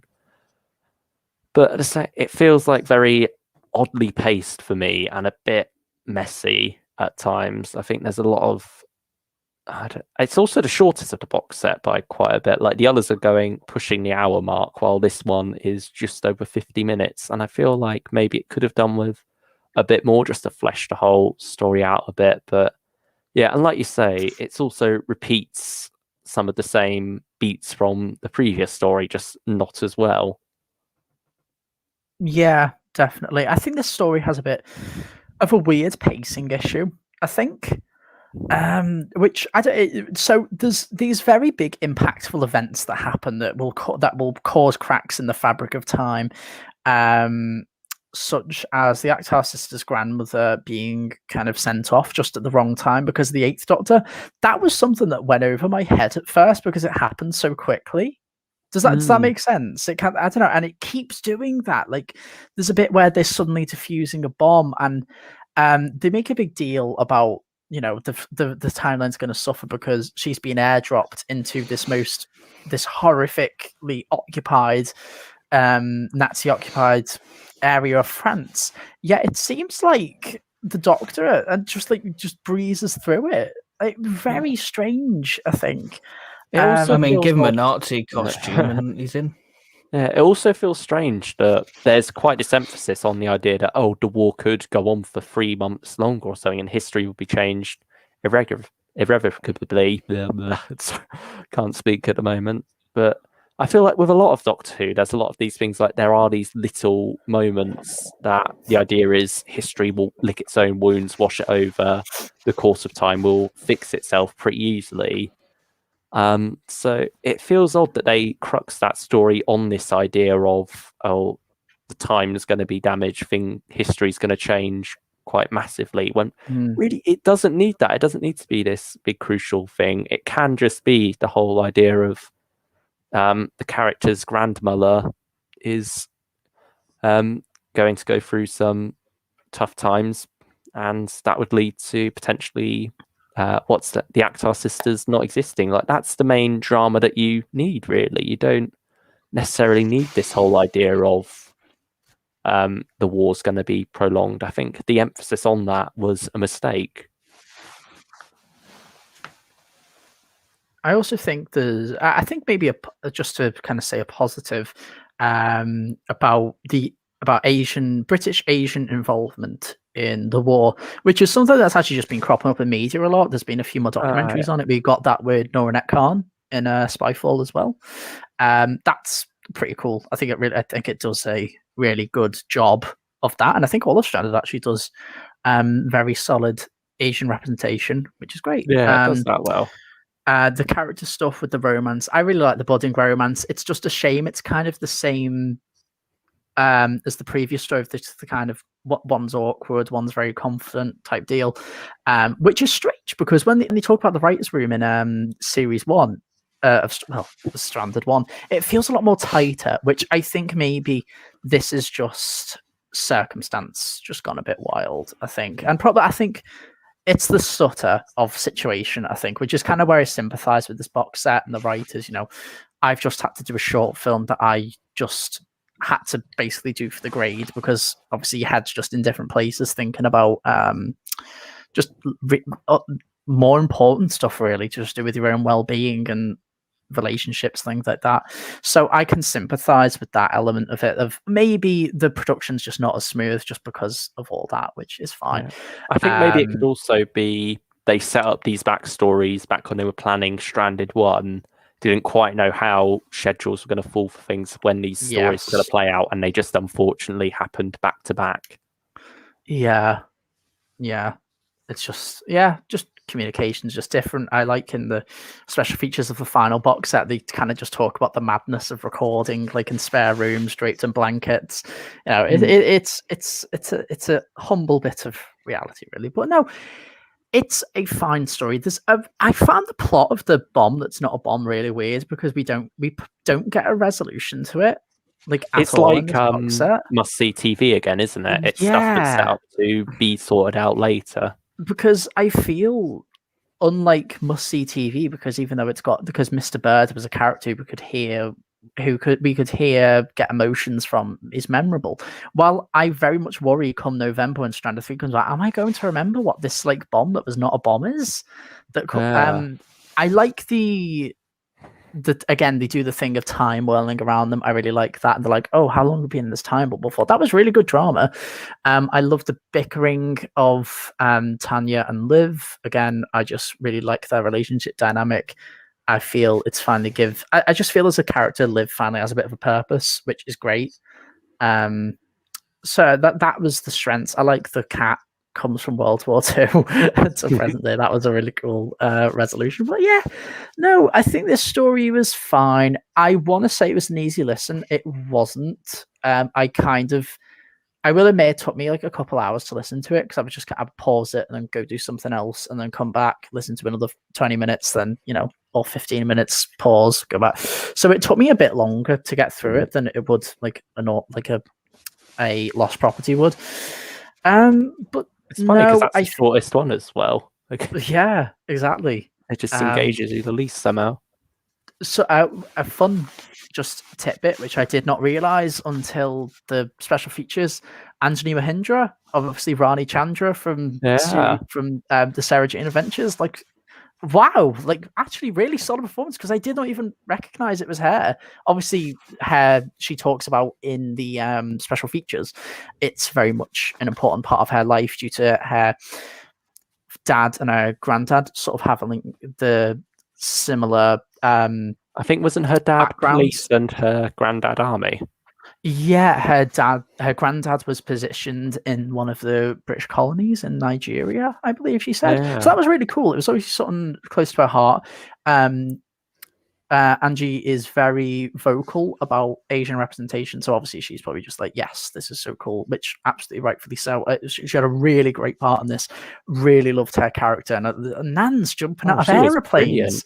Yeah, she was basically it's the stuff that really again relate to Dot 2. It's the stuff that John Pertwee was doing, with the in his life as a secret agent, with guns and pens and stuff. That just it's cool. It's something that's I love that stuff because it's something. I kind of wish it did more of it. Yeah, I love that most of it was her on her own as well. Like she's not with the Doctor until right at the end of the story. Like there's a lot of interesting stuff going on there with just her. Because she's that strong of a character that she can just. It's her versus the world, really. Not because there's even allusions to that, because that's the color of her skin. When she talks about my skin's no different from yours, it keeps my guts from spilling out. Yeah, but. Again, the secret agent stuff, it's something that's so inherently linked to Doctor Who, it just made absolute sense. It's something that never really seems real when you read about it, but absolutely was. And yeah, it's women in the war, which is another modern thing to get highlighted on. So yeah, absolutely. Representation side, I loved. Character bits, I loved. I just didn't like the sci-fi. That's my issue with this one, I think. In a way, it's a pure historical, like the Doctor's side of things. But then I think that's weighed down by the constant talk about time paradoxes, because I think I just got exhausted by the third reference. That was a bit like, I get it. Come on. I think it helped with unit dating that it was this time loop, so they had these chances to get that right. It wasn't a constant struggle to fix something that was going more and more off the rails like it is in this story. Whereas there, it was just it was a nice way to use that time loop. But here, it doesn't. Thankfully, it doesn't have that. That would have been a bit too much of a problem with back-to-back story using the same devices. But yeah, I agree. It does feel like that could have been handled better. Just didn't need as much emphasis on. And it almost feels like the whole subplot with Zakia, and who's the older one? Or is Zakia the older? It is Aisha. Aisha. I think Saki is the older one. Oh, I maybe. think. No, maybe Aisha is. Yeah, I think Aisha is. I will have a look actually because they're very it's hard because you don't get that distinction of cover art and stuff, and they are just referred to as the Akhtar sisters, so they kind of blend into one. So it's Maybe going forward that'll be less of the case. Can we reveal the reveal? Yeah, go on. Yeah. So, Aisha's the older one. Aisha's the mum, and I think the line is, "I'm your mum, Zaki." Is it? Yeah, that's it. Yeah. Yeah. So that's. I mean, I think. Did me and you listen to it on Mother's Day unintentionally? Yeah, and we it did. turned out to be like a good fitting Mother's Day story. Yeah. I've read a few of the reactions to that on Twitter, and everyone was a bit like, "Good, but what the fuck?" Yeah, and I think it doesn't help that it comes from a World War II story because Moff did that in 2005 with Nancy, true. which, strange. I guess it does have similarities to The Empty Child because you've got that bomb aspect of like Jack's con. The bomb that isn't a bomb. As well. Yeah, I think maybe that's where its weakness was in that reveal. It just felt a bit, we've already retread something. It kind of feels like the same reveal. I don't know, but I really like the actresses talking about the implications of that. Of she must be a really strong person to have gone through that at a young age. Yeah. So that seems like it's going to come ahead again. Stranded's a long game, so I think it was fine. But I'm intrigued to see where it goes further. We had the mentions in the bomb shelter of how Zakia came along and that changed things between her and her mum, and you sort of think, what was that? But it's short foreshadowed before in this story, but I don't think it's ever quite hinted at enough in other stories. Like, you don't really get the idea of an age gap, I think is the problem. If it was visual, you would be able to see that and it would be obvious, but in the other stories, you never quite get that. So I feel like a lot of the time I was just imagining them, they're never referred to as twins, but given that they're living together and stuff, I imagine them being quite close age-wise, like 1, 2, 3 years at most. But now suddenly, boom, it's actually a 13, maybe 14-year age gap. I'm not quite sure. Yeah, that's what I thought. But you get the sensibility of one's.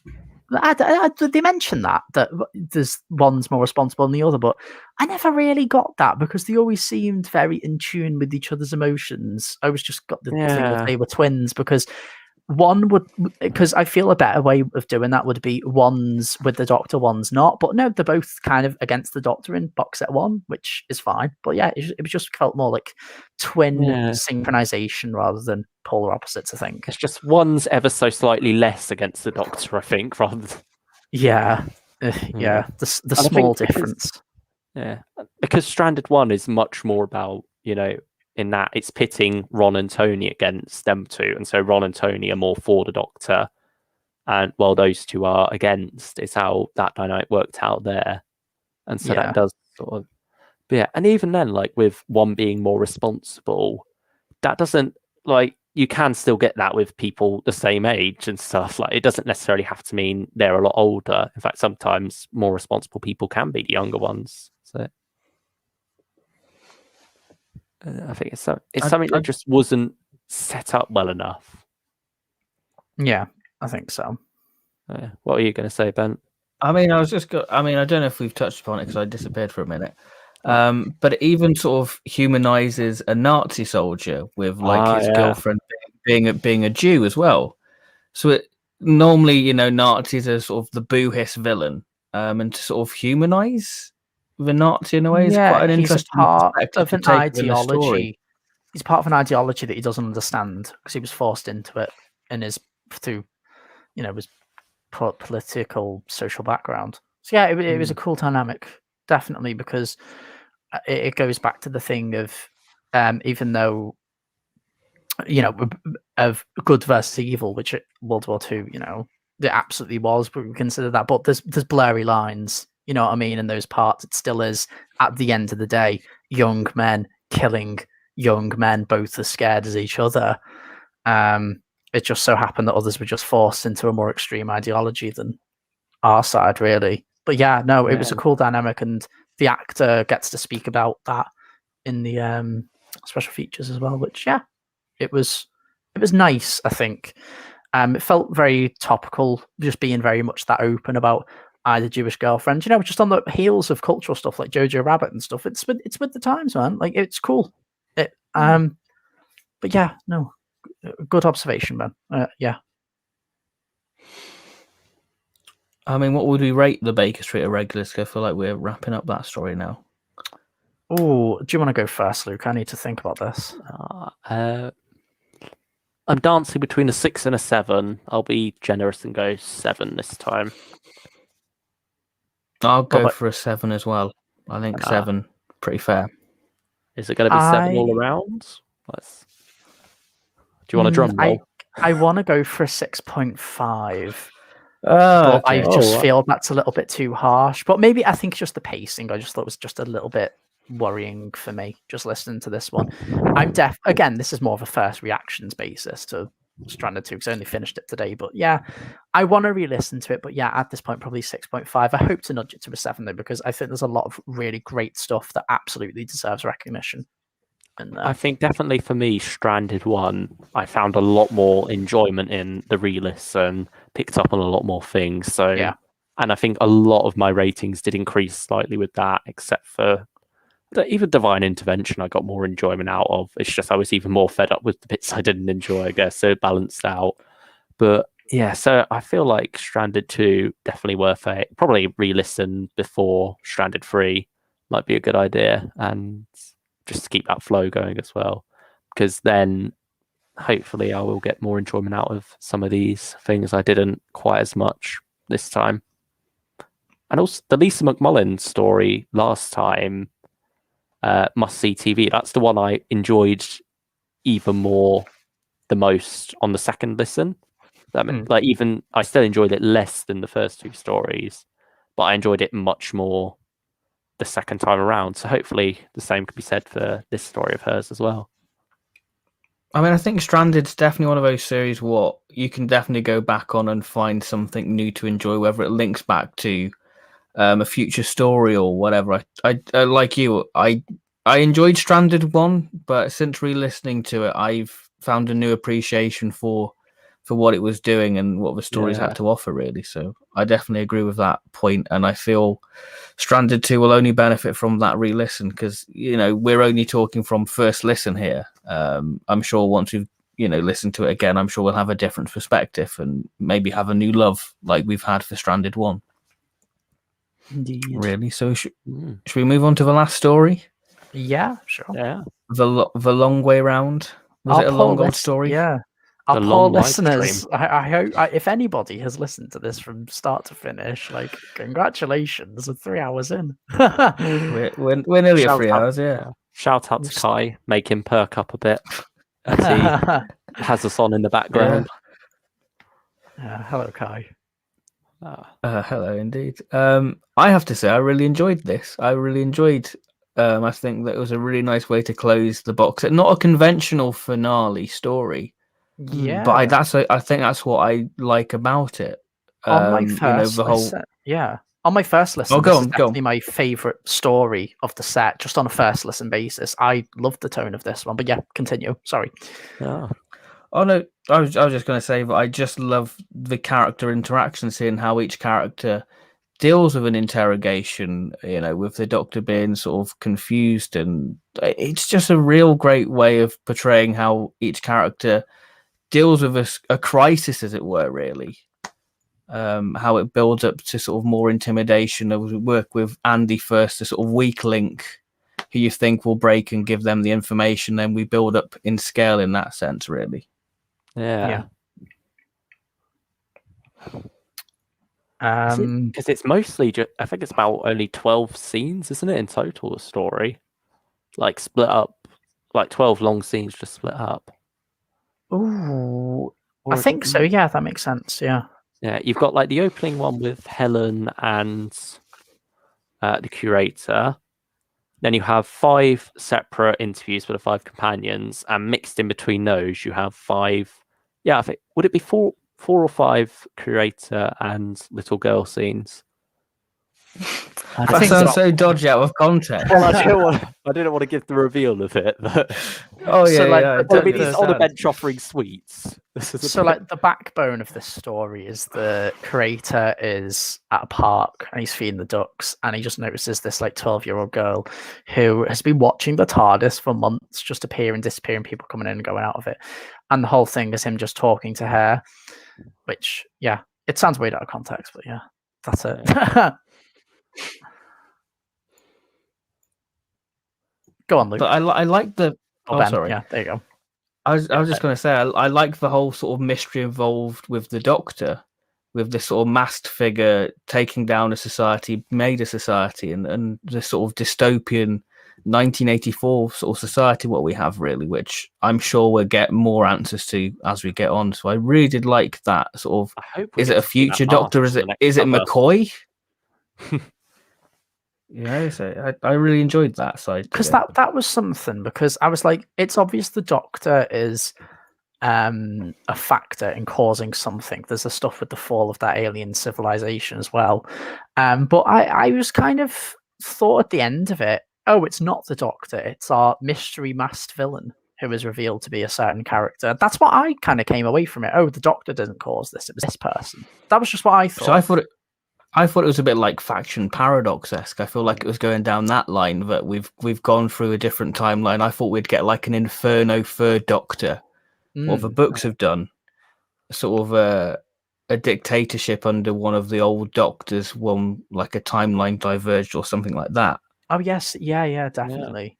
So I thought that would be quite an interesting take for a series, but obviously the series has gone complete left field in a way with it all, really. But I like that the character who's using the Doctor's name is very much been inspired by the Doctor in some ways. And like you have a lot of that, like when you look back at Volume 1, there is a lot of stuff about pick something that's wrong with the world and go change it. And so it is, even though it's not the Doctor himself, it's something that he has very much set in motion accidentally, if even so. And then Dead Time as well sets it up a bit further. So yeah, even though it's not the Doctor himself, it's something that he is still very much responsible for. And I like how that twist plays out, and I'm intrigued to see where they go with that. There was a funny line from Andy where it's like, the UK can't become a fascist state in 30 years, and this week we just passed a bill that can threaten making bloody protesting illegal. That was a bit of a like tugging on the collar moment. It's like, well, Andy, you're a bit unaware, aren't you, mate? I think that's when Doctor Who's at its best, when it does social commentary, but it does it in a more palatable way for younger audiences to understand the wider world. So I admire it, even though this was probably made way before current events, really. I think it was recorded back in June last year, or maybe even May. I'll check the. I guess that's still quite topical because we had the sort of Black Lives Matter sort of thing, those protests being, covered on the news. So I guess it still was relevant when it was being recorded. Yeah, absolutely. Definitely. Because I really liked we spoke about just how evil this bloody character is. Jesus wept. Oh, yeah. Especially in the Tanya stuff. May 2020 it was recorded. Just cutting it. So before the first box set even came out.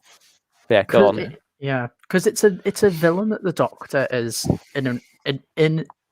inadvertently responsible for, if that makes sense. Because I expected the interview with the Doctor to be him just playing the clown, but no, he treats her with absolute kindness because he knows that she's obviously hit this troubled path, and she's not like, she is a bad guy, absolutely, but she is rebelling against the bad guys, if that makes sense. That being this like dictatorship, which is seemingly at the figurehead of the Divine Intervention group, who are the villains, really.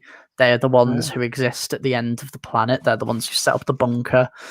So yeah, I love everything that's going on with Divine Intervention. I just think it's cool for the Eighth Doctor to just be against this this force without a face, if that makes sense. So it's an Eighth Doctor thing that's been there since his first spin-off Inceptions, the faction paradox, faceless cult. There's the counts of 8 who were intended to be the Daleks in the later EDA stuff, but were revealed to be something else. So yeah, it's something that's been very linked to the Eighth Doctor throughout his life, but it's never really been something that Big Finish have touched upon. So it's cool. It's cool synchronization with the rest of his era, I think. So that's cool. I dig them. Yeah, it's going to be interesting to see if this goes down a more gritty political thriller route, because you have a lot of stuff with the assassinations and things in there of the ambassador and all those pictures. So it could be interesting to see Stranded 3 maybe take that route with it, because we've had some political thriller stuff with Doom Coalition and all that stuff, but it's very fantasy based and obviously has a lot of time travel stuff in there. You've got all the Time Lords, all that stuff's going on, the fate of reality. Whereas having a much more grounded, down-to-earth political story would be quite interesting to see. Yeah, it definitely seems that's where it's going to go. And yeah, that's cool. I like how it's a story that plays with the medium. I think that's some of my favourite Big Finish stuff. I love Live 34, which is meant to be a radio broadcast. It's just something that completely takes advantage of the medium. My favourite Big Finish story, Terra Firma, does that with its scene transitions. Yeah, it always gets a smile from my face. It's something that Stranded's definitely showcasing, like Dark Eyes. This is what the audio medium can do. The interview tapes in that aspect. So yeah, I enjoyed it. It feels like I think with this story, there's a lot I feel I could say about it, but it's so cohesive. I'm just like, yeah, I can just say it was solid. It was a very good finale and probably my favourite of the set. Ah. It felt very Moffat-y in the way the story was presented for me. It did feel very sort of peak sort of series 5 Moffat with sort of what he was doing with like the Pandorica opens in a way with like the Big Bang, that sort of setup really. There's an interesting Oh, sorry, go on. I was just going to say, not as fairy tale-esque. It's much more of a harder hitting tone. And no, there's a grit to it. Yeah, a lot of Moffat stuff did have some hard hitting things in there as well. I don't think it had that same real world grit that this does. Yeah, what were you going to say, James? Oh, sorry. There you go on. We'll finish this. Oh no, I was just going to say it just reminds me a little bit of like the monk sort of stuff, with that sort of dystopian cult of the monks in a way. I guess maybe. I don't know. Yeah. Yeah, if that makes sense. Yeah, I mean, it touches upon that kind of Moffat thing of the Doctor graces our lives and then saunters off in his box at the implications, and Liv does that, bloody does that at the end, and I thought that was such a good twist because she inadvertently causes the future because she simplified what the villain said if you didn't speak to me, and just spoke, oh yeah, here I am, yeah. The future can change by, when really she probably just confused the shit out of her, made it seem like she was higher and mighty, and caused that future because she's like, please talk to me, and that's the crutch at the end.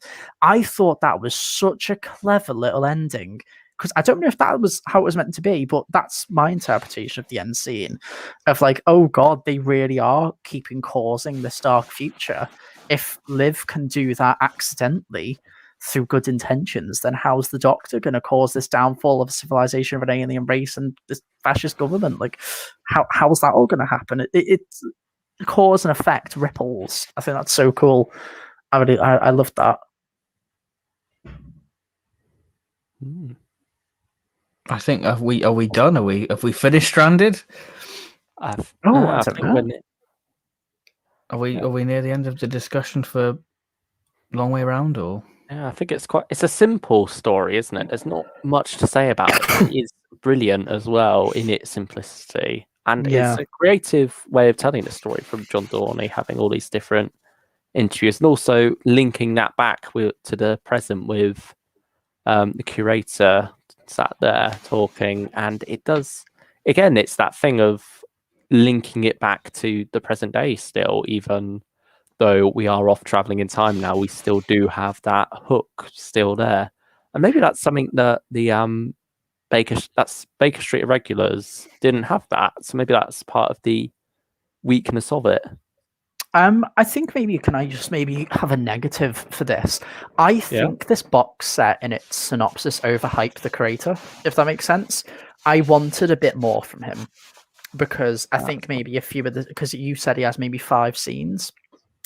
I feel maybe a few scenes, to be fair. Yeah, I feel maybe a few of them kind of repeated the same tone of "Oh, I'm blissfully unaware, but still nudging friends." Like I think that's really cool, but I kind of wanted a bit more direct intervention from the creator, just because like he does it a lot more aggressively in Lost Property of him just going to places and be like, "Oh, send this to so and so." So yeah, I just wanted a little bit more from the creator, but just from how the synopsis kind of like hyped him up. But no, it's Tom Baker. It's cool. We'll probably have him. It's building up to a confrontation of him and McGann. It's gonna happen. So I'm intrigued for how that's gonna go. I mean, we do have that lovely bit, like I throw the seeds, it's whether they take root. I think that's a lovely way of describing the curator's role within Stranded. But he throws the seeds out, but it's whether they actually take root for people to go, okay, we're going to harvest this idea or we're going to do this. So I think that's a really nice way of describing the creator's role within Stranded itself. Definitely. I definitely prefer his role in Lost Property. I think there's much more magical moments there, like him buying the hot chocolate and things, and all those wonderful little bits. I think someone asks, "What's your number?" and he's like, "Oh, I have one. It's impossibly high," or something. And I think, to be fair, there's a little bit of that here as well when he says, how old do you think I am? Don't answer that. Yeah, but it's not. The magic's still definitely there, but I think because the story is very much more gritty, quite horrible future and stuff, it doesn't quite land. It's quite a jarring thing, I guess, really, isn't it? It's like a juxtaposition in tone. You're like, whoa, okay, we're getting these really nice, wholesome moments, and we're back to dystopian terror interrogation, really. And even it's quite a tonal whiplash from the rest of the set, even.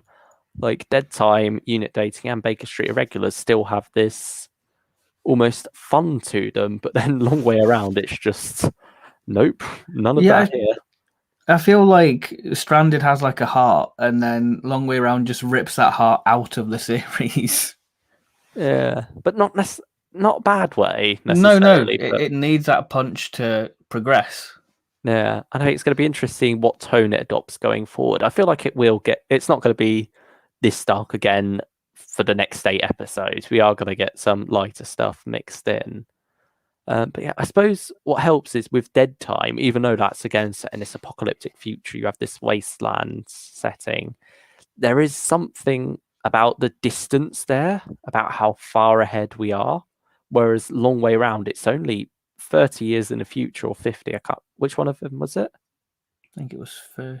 Is it like 2050? 2050, it's 30 years, 30. Yeah. That's where I got the 50 from.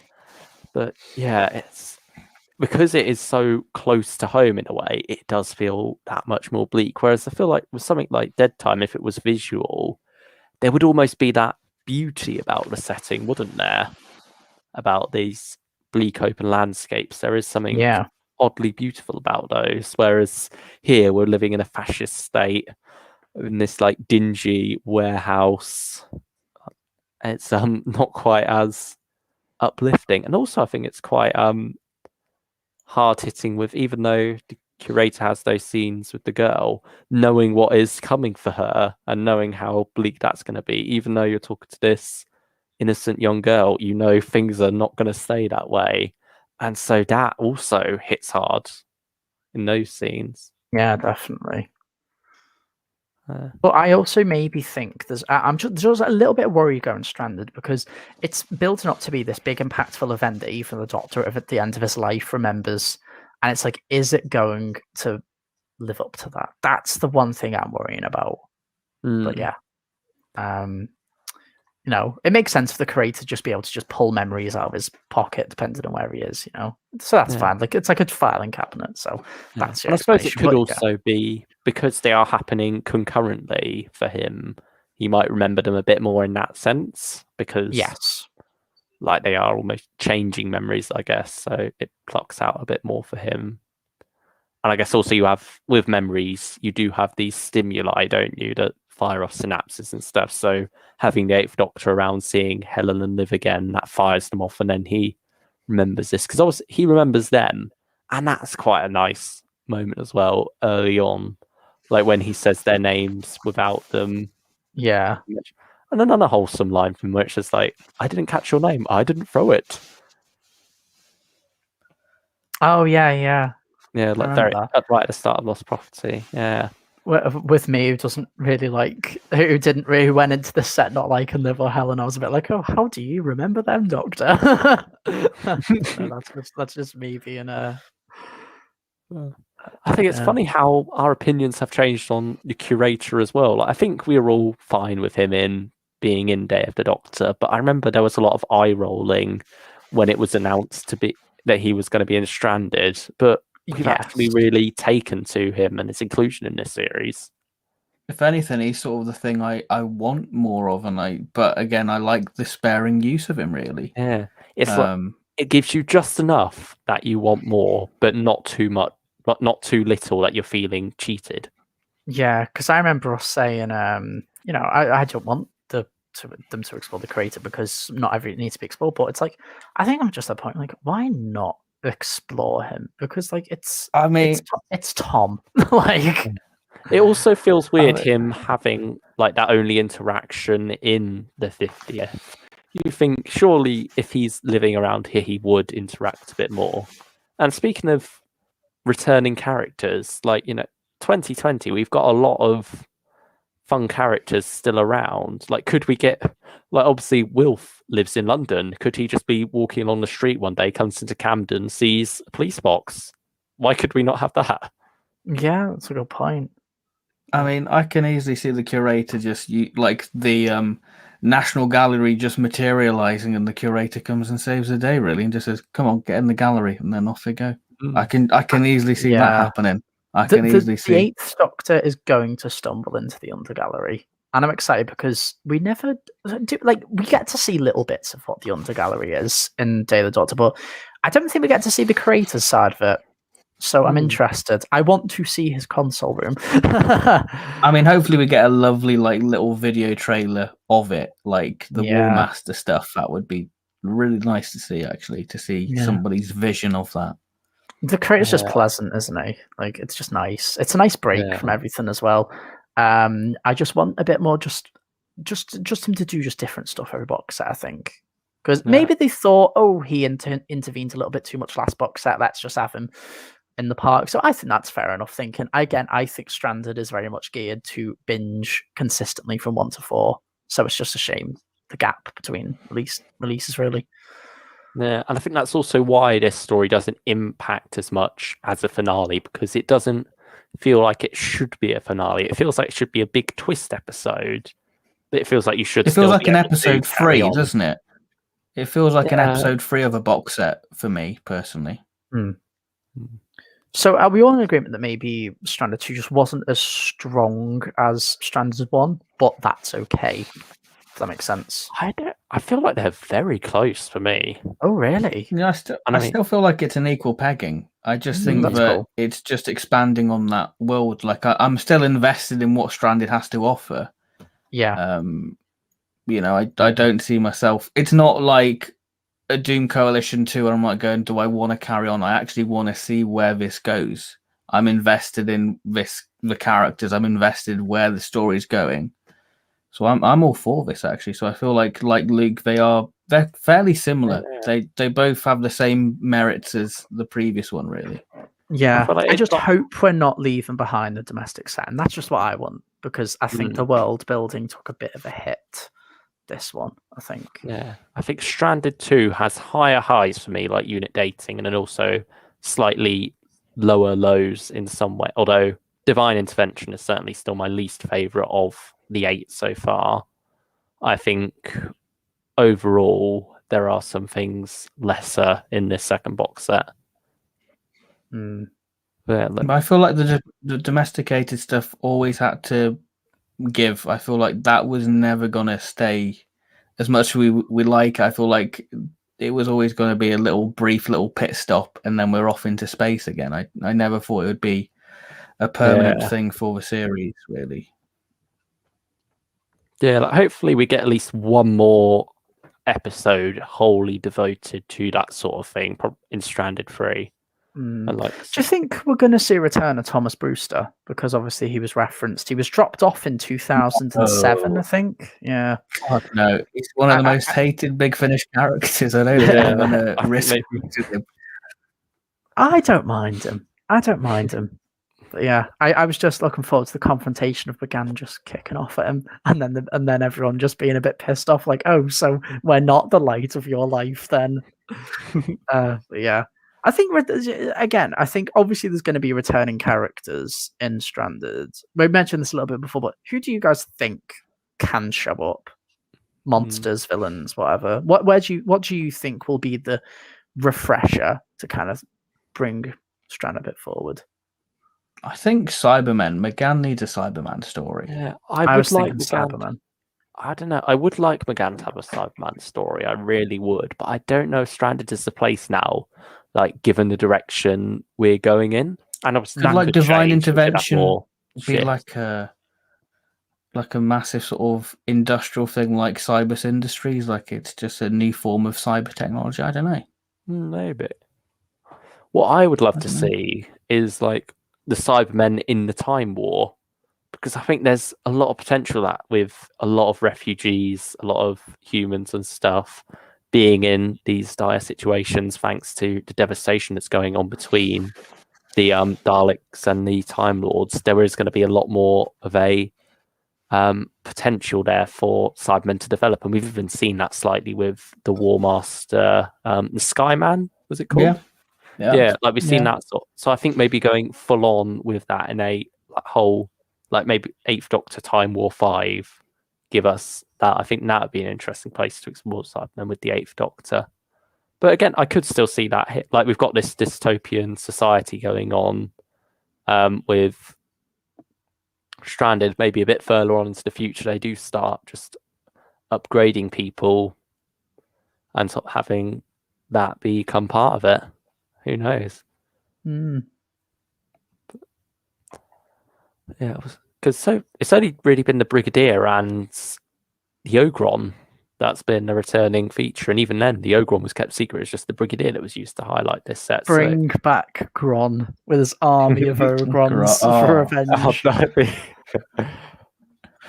That's divine intervention. The Ogrons. Just an Ogron cult. That would be something else, wouldn't it? That would be lovely. Cult of the Ogrons. Good stuff. Now that's like a PDA title, isn't it? That's definitely like a Virgin Missing Adventure title. Cult of the Ogrons. With these covers as well, they seem to quite like their symmetry of, like you've got the Doctor and then you've got the 6 characters around him. So I feel like in Volume 1 we had Mr. Bird on there. I'm not quite sure why. Like I guess because you can't really have both the Actar sisters of both Ron and Tony, you can't have one on their own. So maybe they just thought, Mr. Bird. The Brigadier on Stranded 2 makes a lot more sense. So I feel like we'll get another one. Like we'll have the main set of Liv, the Doctor, Helen, Tanya, the Curator, and Andy, and then we'll get like this one guest character on Stranded 4 and 3 on the covers. Yeah. I mean, this might be a bit of an odd one to say, but what color scheme would you like the next 2 box sets to be? Because they seem to have like quite a nice little color scheme. If we're going to have Cybermen, I want a silver backgrounds for that one with them on the cover. I think they went too orange with Stranded 2. I think it would be cool. It would have been cool to have a really slow gradient from going from yellow to red. If that makes sense. So we would have kind of like an light orange for this one, getting deeper red for 3, and then bam, just full blood red for 4. But no, I reckon we're probably going to get blue because I think they're going for a kind of like very striking spines. So yeah, I think they're probably going to do that. Which I really dig the aesthetic of Stranded. I love the covers. I love the back of them, of the physical sets as well. I think that all the more reason to get physical media. There you go. It just looks really nice. It's just very well thought out. Just like some individual cover art, please. That'd be great. Oh, do you think we're wrapping up? I think we're pretty much wrapping up now. I mean, we've got a few few little questions I've just seen. Thoughts on the curator picking up Sarah Jane?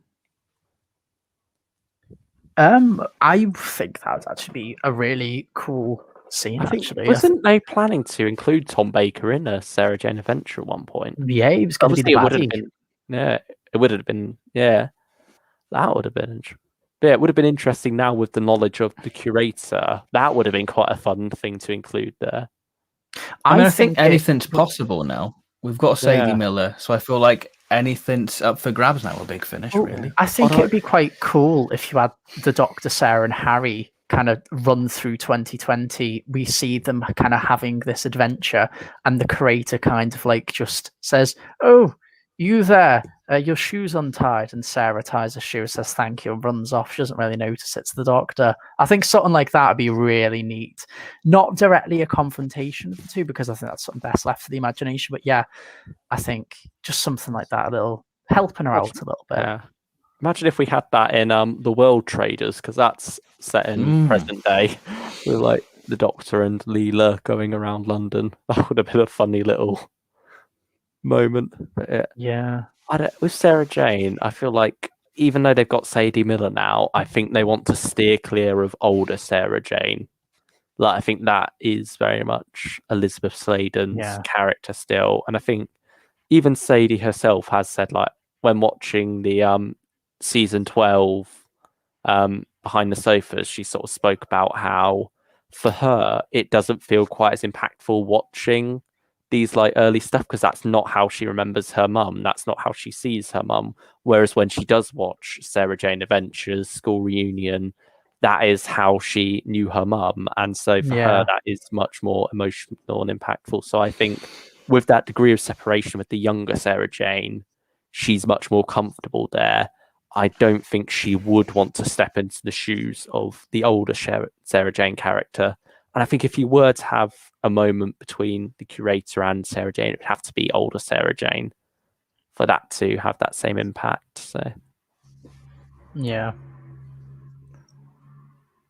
We have another comment that says, I wonder what will come next after the Stranded tetralogy, which I think probably is going to be full-blown sci-fi as the kind of reward to the regular fan, which, I don't know, I want them to keep character-based drama, even if it's in space. I don't want them to do just like, oh, it's explosions and face-eating clowns again. Like, I want a bit more just like of a more of a feel of a world. I think personal relationships, things like that. I just think it's something that Big Finish should have been doing for years. Really, just personally, that's just for me. I wonder if we're going to go forward with this team of 5 that they've got going with Liv, Helen, Tanya, and Andy, because it seems they are very committed to at least Liv and Helen. I think if you're going to have the first trans companion as well, you don't want to just have them for this one series where it's kind of a companion, but also not quite fully yet. I'd love for Tanya to continue, because I think because I want to say it balances 3 companions very well, but often Helen's left on the back burner. But I've honestly felt that with Helen since Doom Coalition, since she was introduced. So I don't know, like just give us a bit more Helen, just distinct personality. I think, because I think Stranded's done wonders for Liv, just personally. So yeah. I think we run a problem with how long has the 8th Doctor actually lived. You know, we've had Dark Eyes, and Doom Coalition very much clearly indicates that the Time War's coming up soon. So I feel like there comes a danger when do we say that's the cutoff point for the 8th Doctor, really? Yeah, but then what do we do after? Because obviously we got Time War as well, but there's only so much you can really do. Yeah, I almost feel like they've maybe done too much with the 8th Doctor in the Time War already. Like, just when you compare, given how much War Doctor we've gotten, it feels like the 8th Doctor should just be a short bit of the Time War at the end of his life. Well, then it's the War Doctor, but I think that was the problem, because we had, I think 8th Doctor Time War 1 was just going to be the one box set. That was going to be 8th Doctor in Time War. Happy days, we can tick that box. But now they've decided to push that further, and I think we've kind of lost that merge of what is next for the 8th Doctor. We know where he ends up, we know how it ends, but now it's kind of that middle ground area where it's a bit grey and a bit fuzzy, really. Yeah, and I think also with the Time War, because we did lose John Hurt, that was probably what made them shift more towards Eighth Doctor is now the main Time War Doctor. As feel like a lot of stuff might have been done different. Like maybe we would have had the War Doctor in Susan's War or something had that got to carry on. And now we do have a younger War Doctor cast in what's the actor's name? Jonathan Carley, isn't it? Ah, that's it. It's almost a bit of a shame that I think this is sort of a thing with Big Finish that they do something and then a year later they get the actual thing. Really, it's like Susan's War. I think it would have been more impactful if we did have the War Doctor. But then, given how Time War 4 ended, I think we might end up with Susan being folded into Time War 5 anyway and picking up on that. I feel like you can't leave Susan out of what they did there.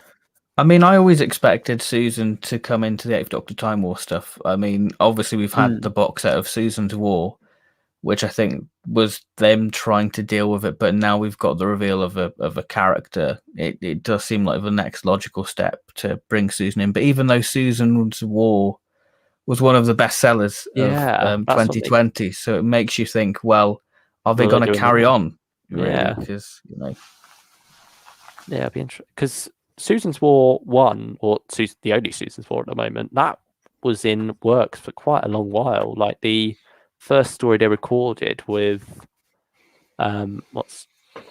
Carol and William Russell with Ian, that was done back in 2018, wasn't it? Like that they hadn't even plotted out the rest of the box set when they recorded that story. They just got that story ready on its own and then wrote more on after that. So it makes you wonder, like, what are their plans for Susan long term in Time War? But I think we've drifted off of Stranded a bit, so veer us back to that. I love this question by the original being, do you think an Eighth Doctor box set focused on Benny, Fitz and Izzy as a TARDIS team would be ideal? Hell yes, I would love that team. I would also love a second company of friends. I have no idea why that was not an anthology series, because I feel we could have touched upon lots of other Eighth Doctor companions. Again, Sam, Destry, wonderful companions who just never really had that live action. Maybe comic strip adaptations as well. Some of that again.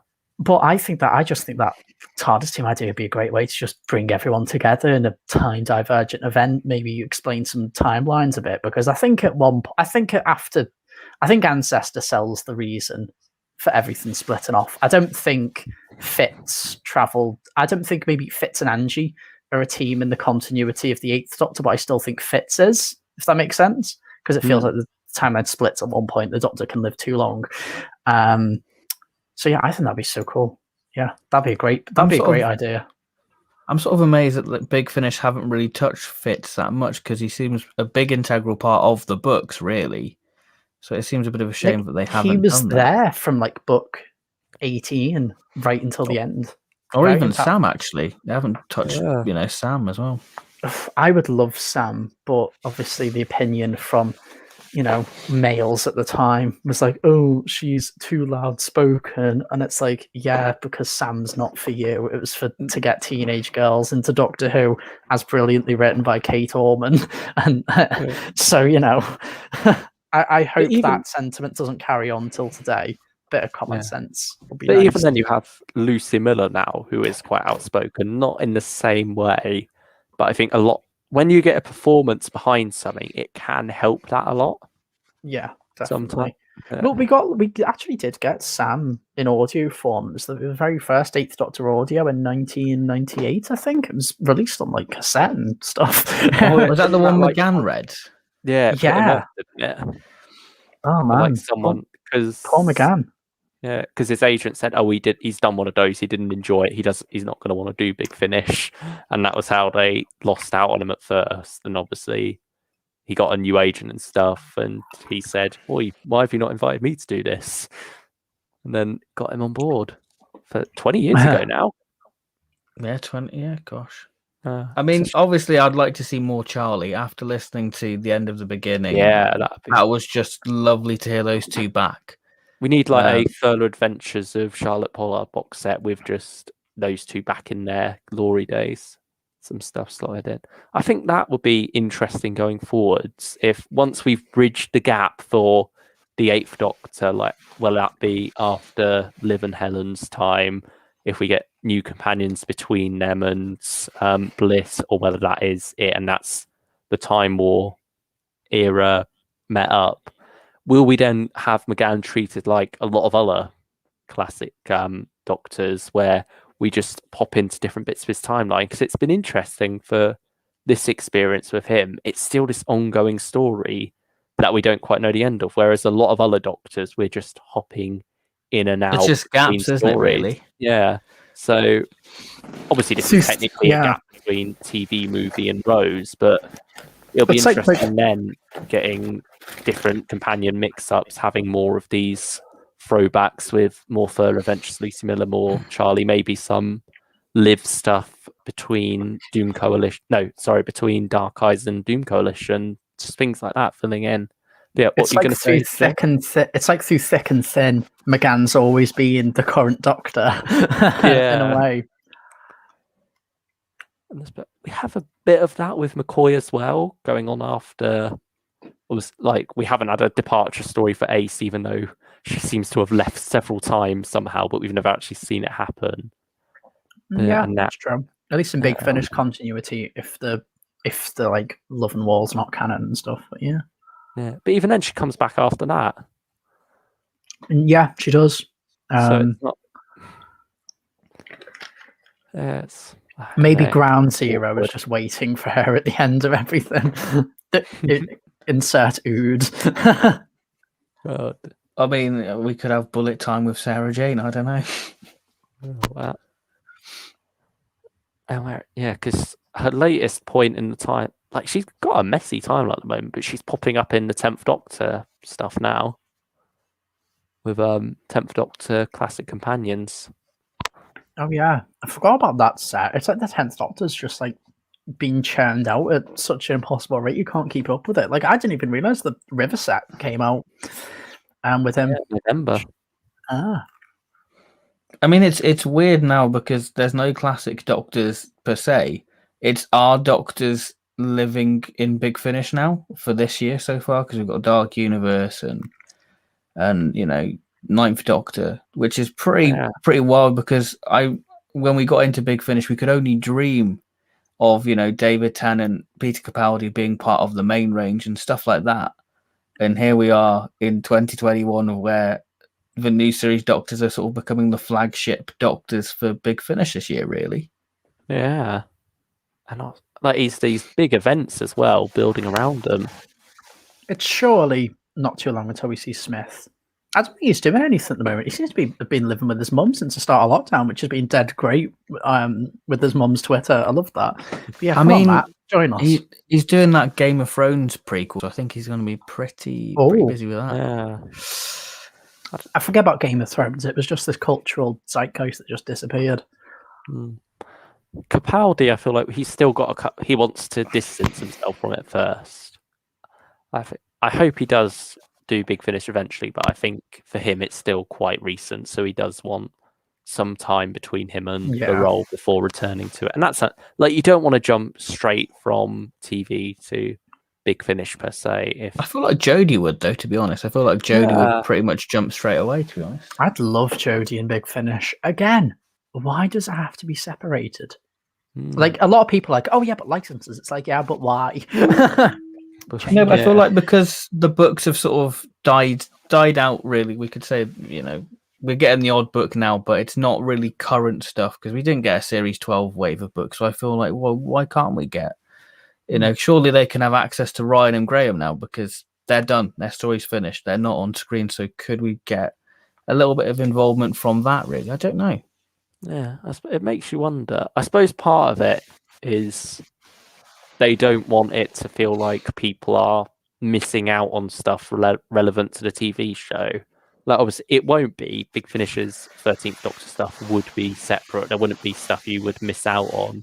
But I think that was part of the argument at first that almost got the Big Finish license shut down, was this whole thing in the BBC of, since you're paying your what's it called, TV license for this, you shouldn't have to then pay extra after that for stuff relevant to ongoing stories.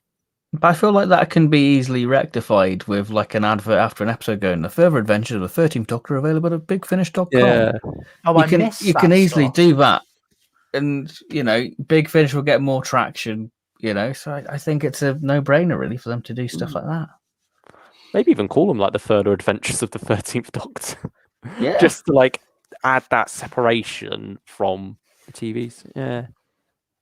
But yeah, I do. Yeah, I agree that Jodie probably would be the one most likely to jump on board straight away. It's funny when you think about how many big actors Big Finish are getting on board with them, like John Sim now and all these things. And like, what's the name of the actress who plays Susie? India Farmer? Yeah. Yeah, so like she's been in quite a few, like she's done Game of Thrones and stuff. She's going to be in the Obi-Wan TV show.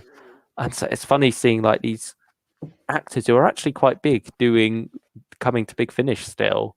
And it's I funny had when no you think idea about her like Yeah. sort of torchwood popularity again. Like me and you just kind of missed Game of Thrones, so yeah, it's quite crazy, isn't it? We've got like Michael Palin, and who would have thought that, really?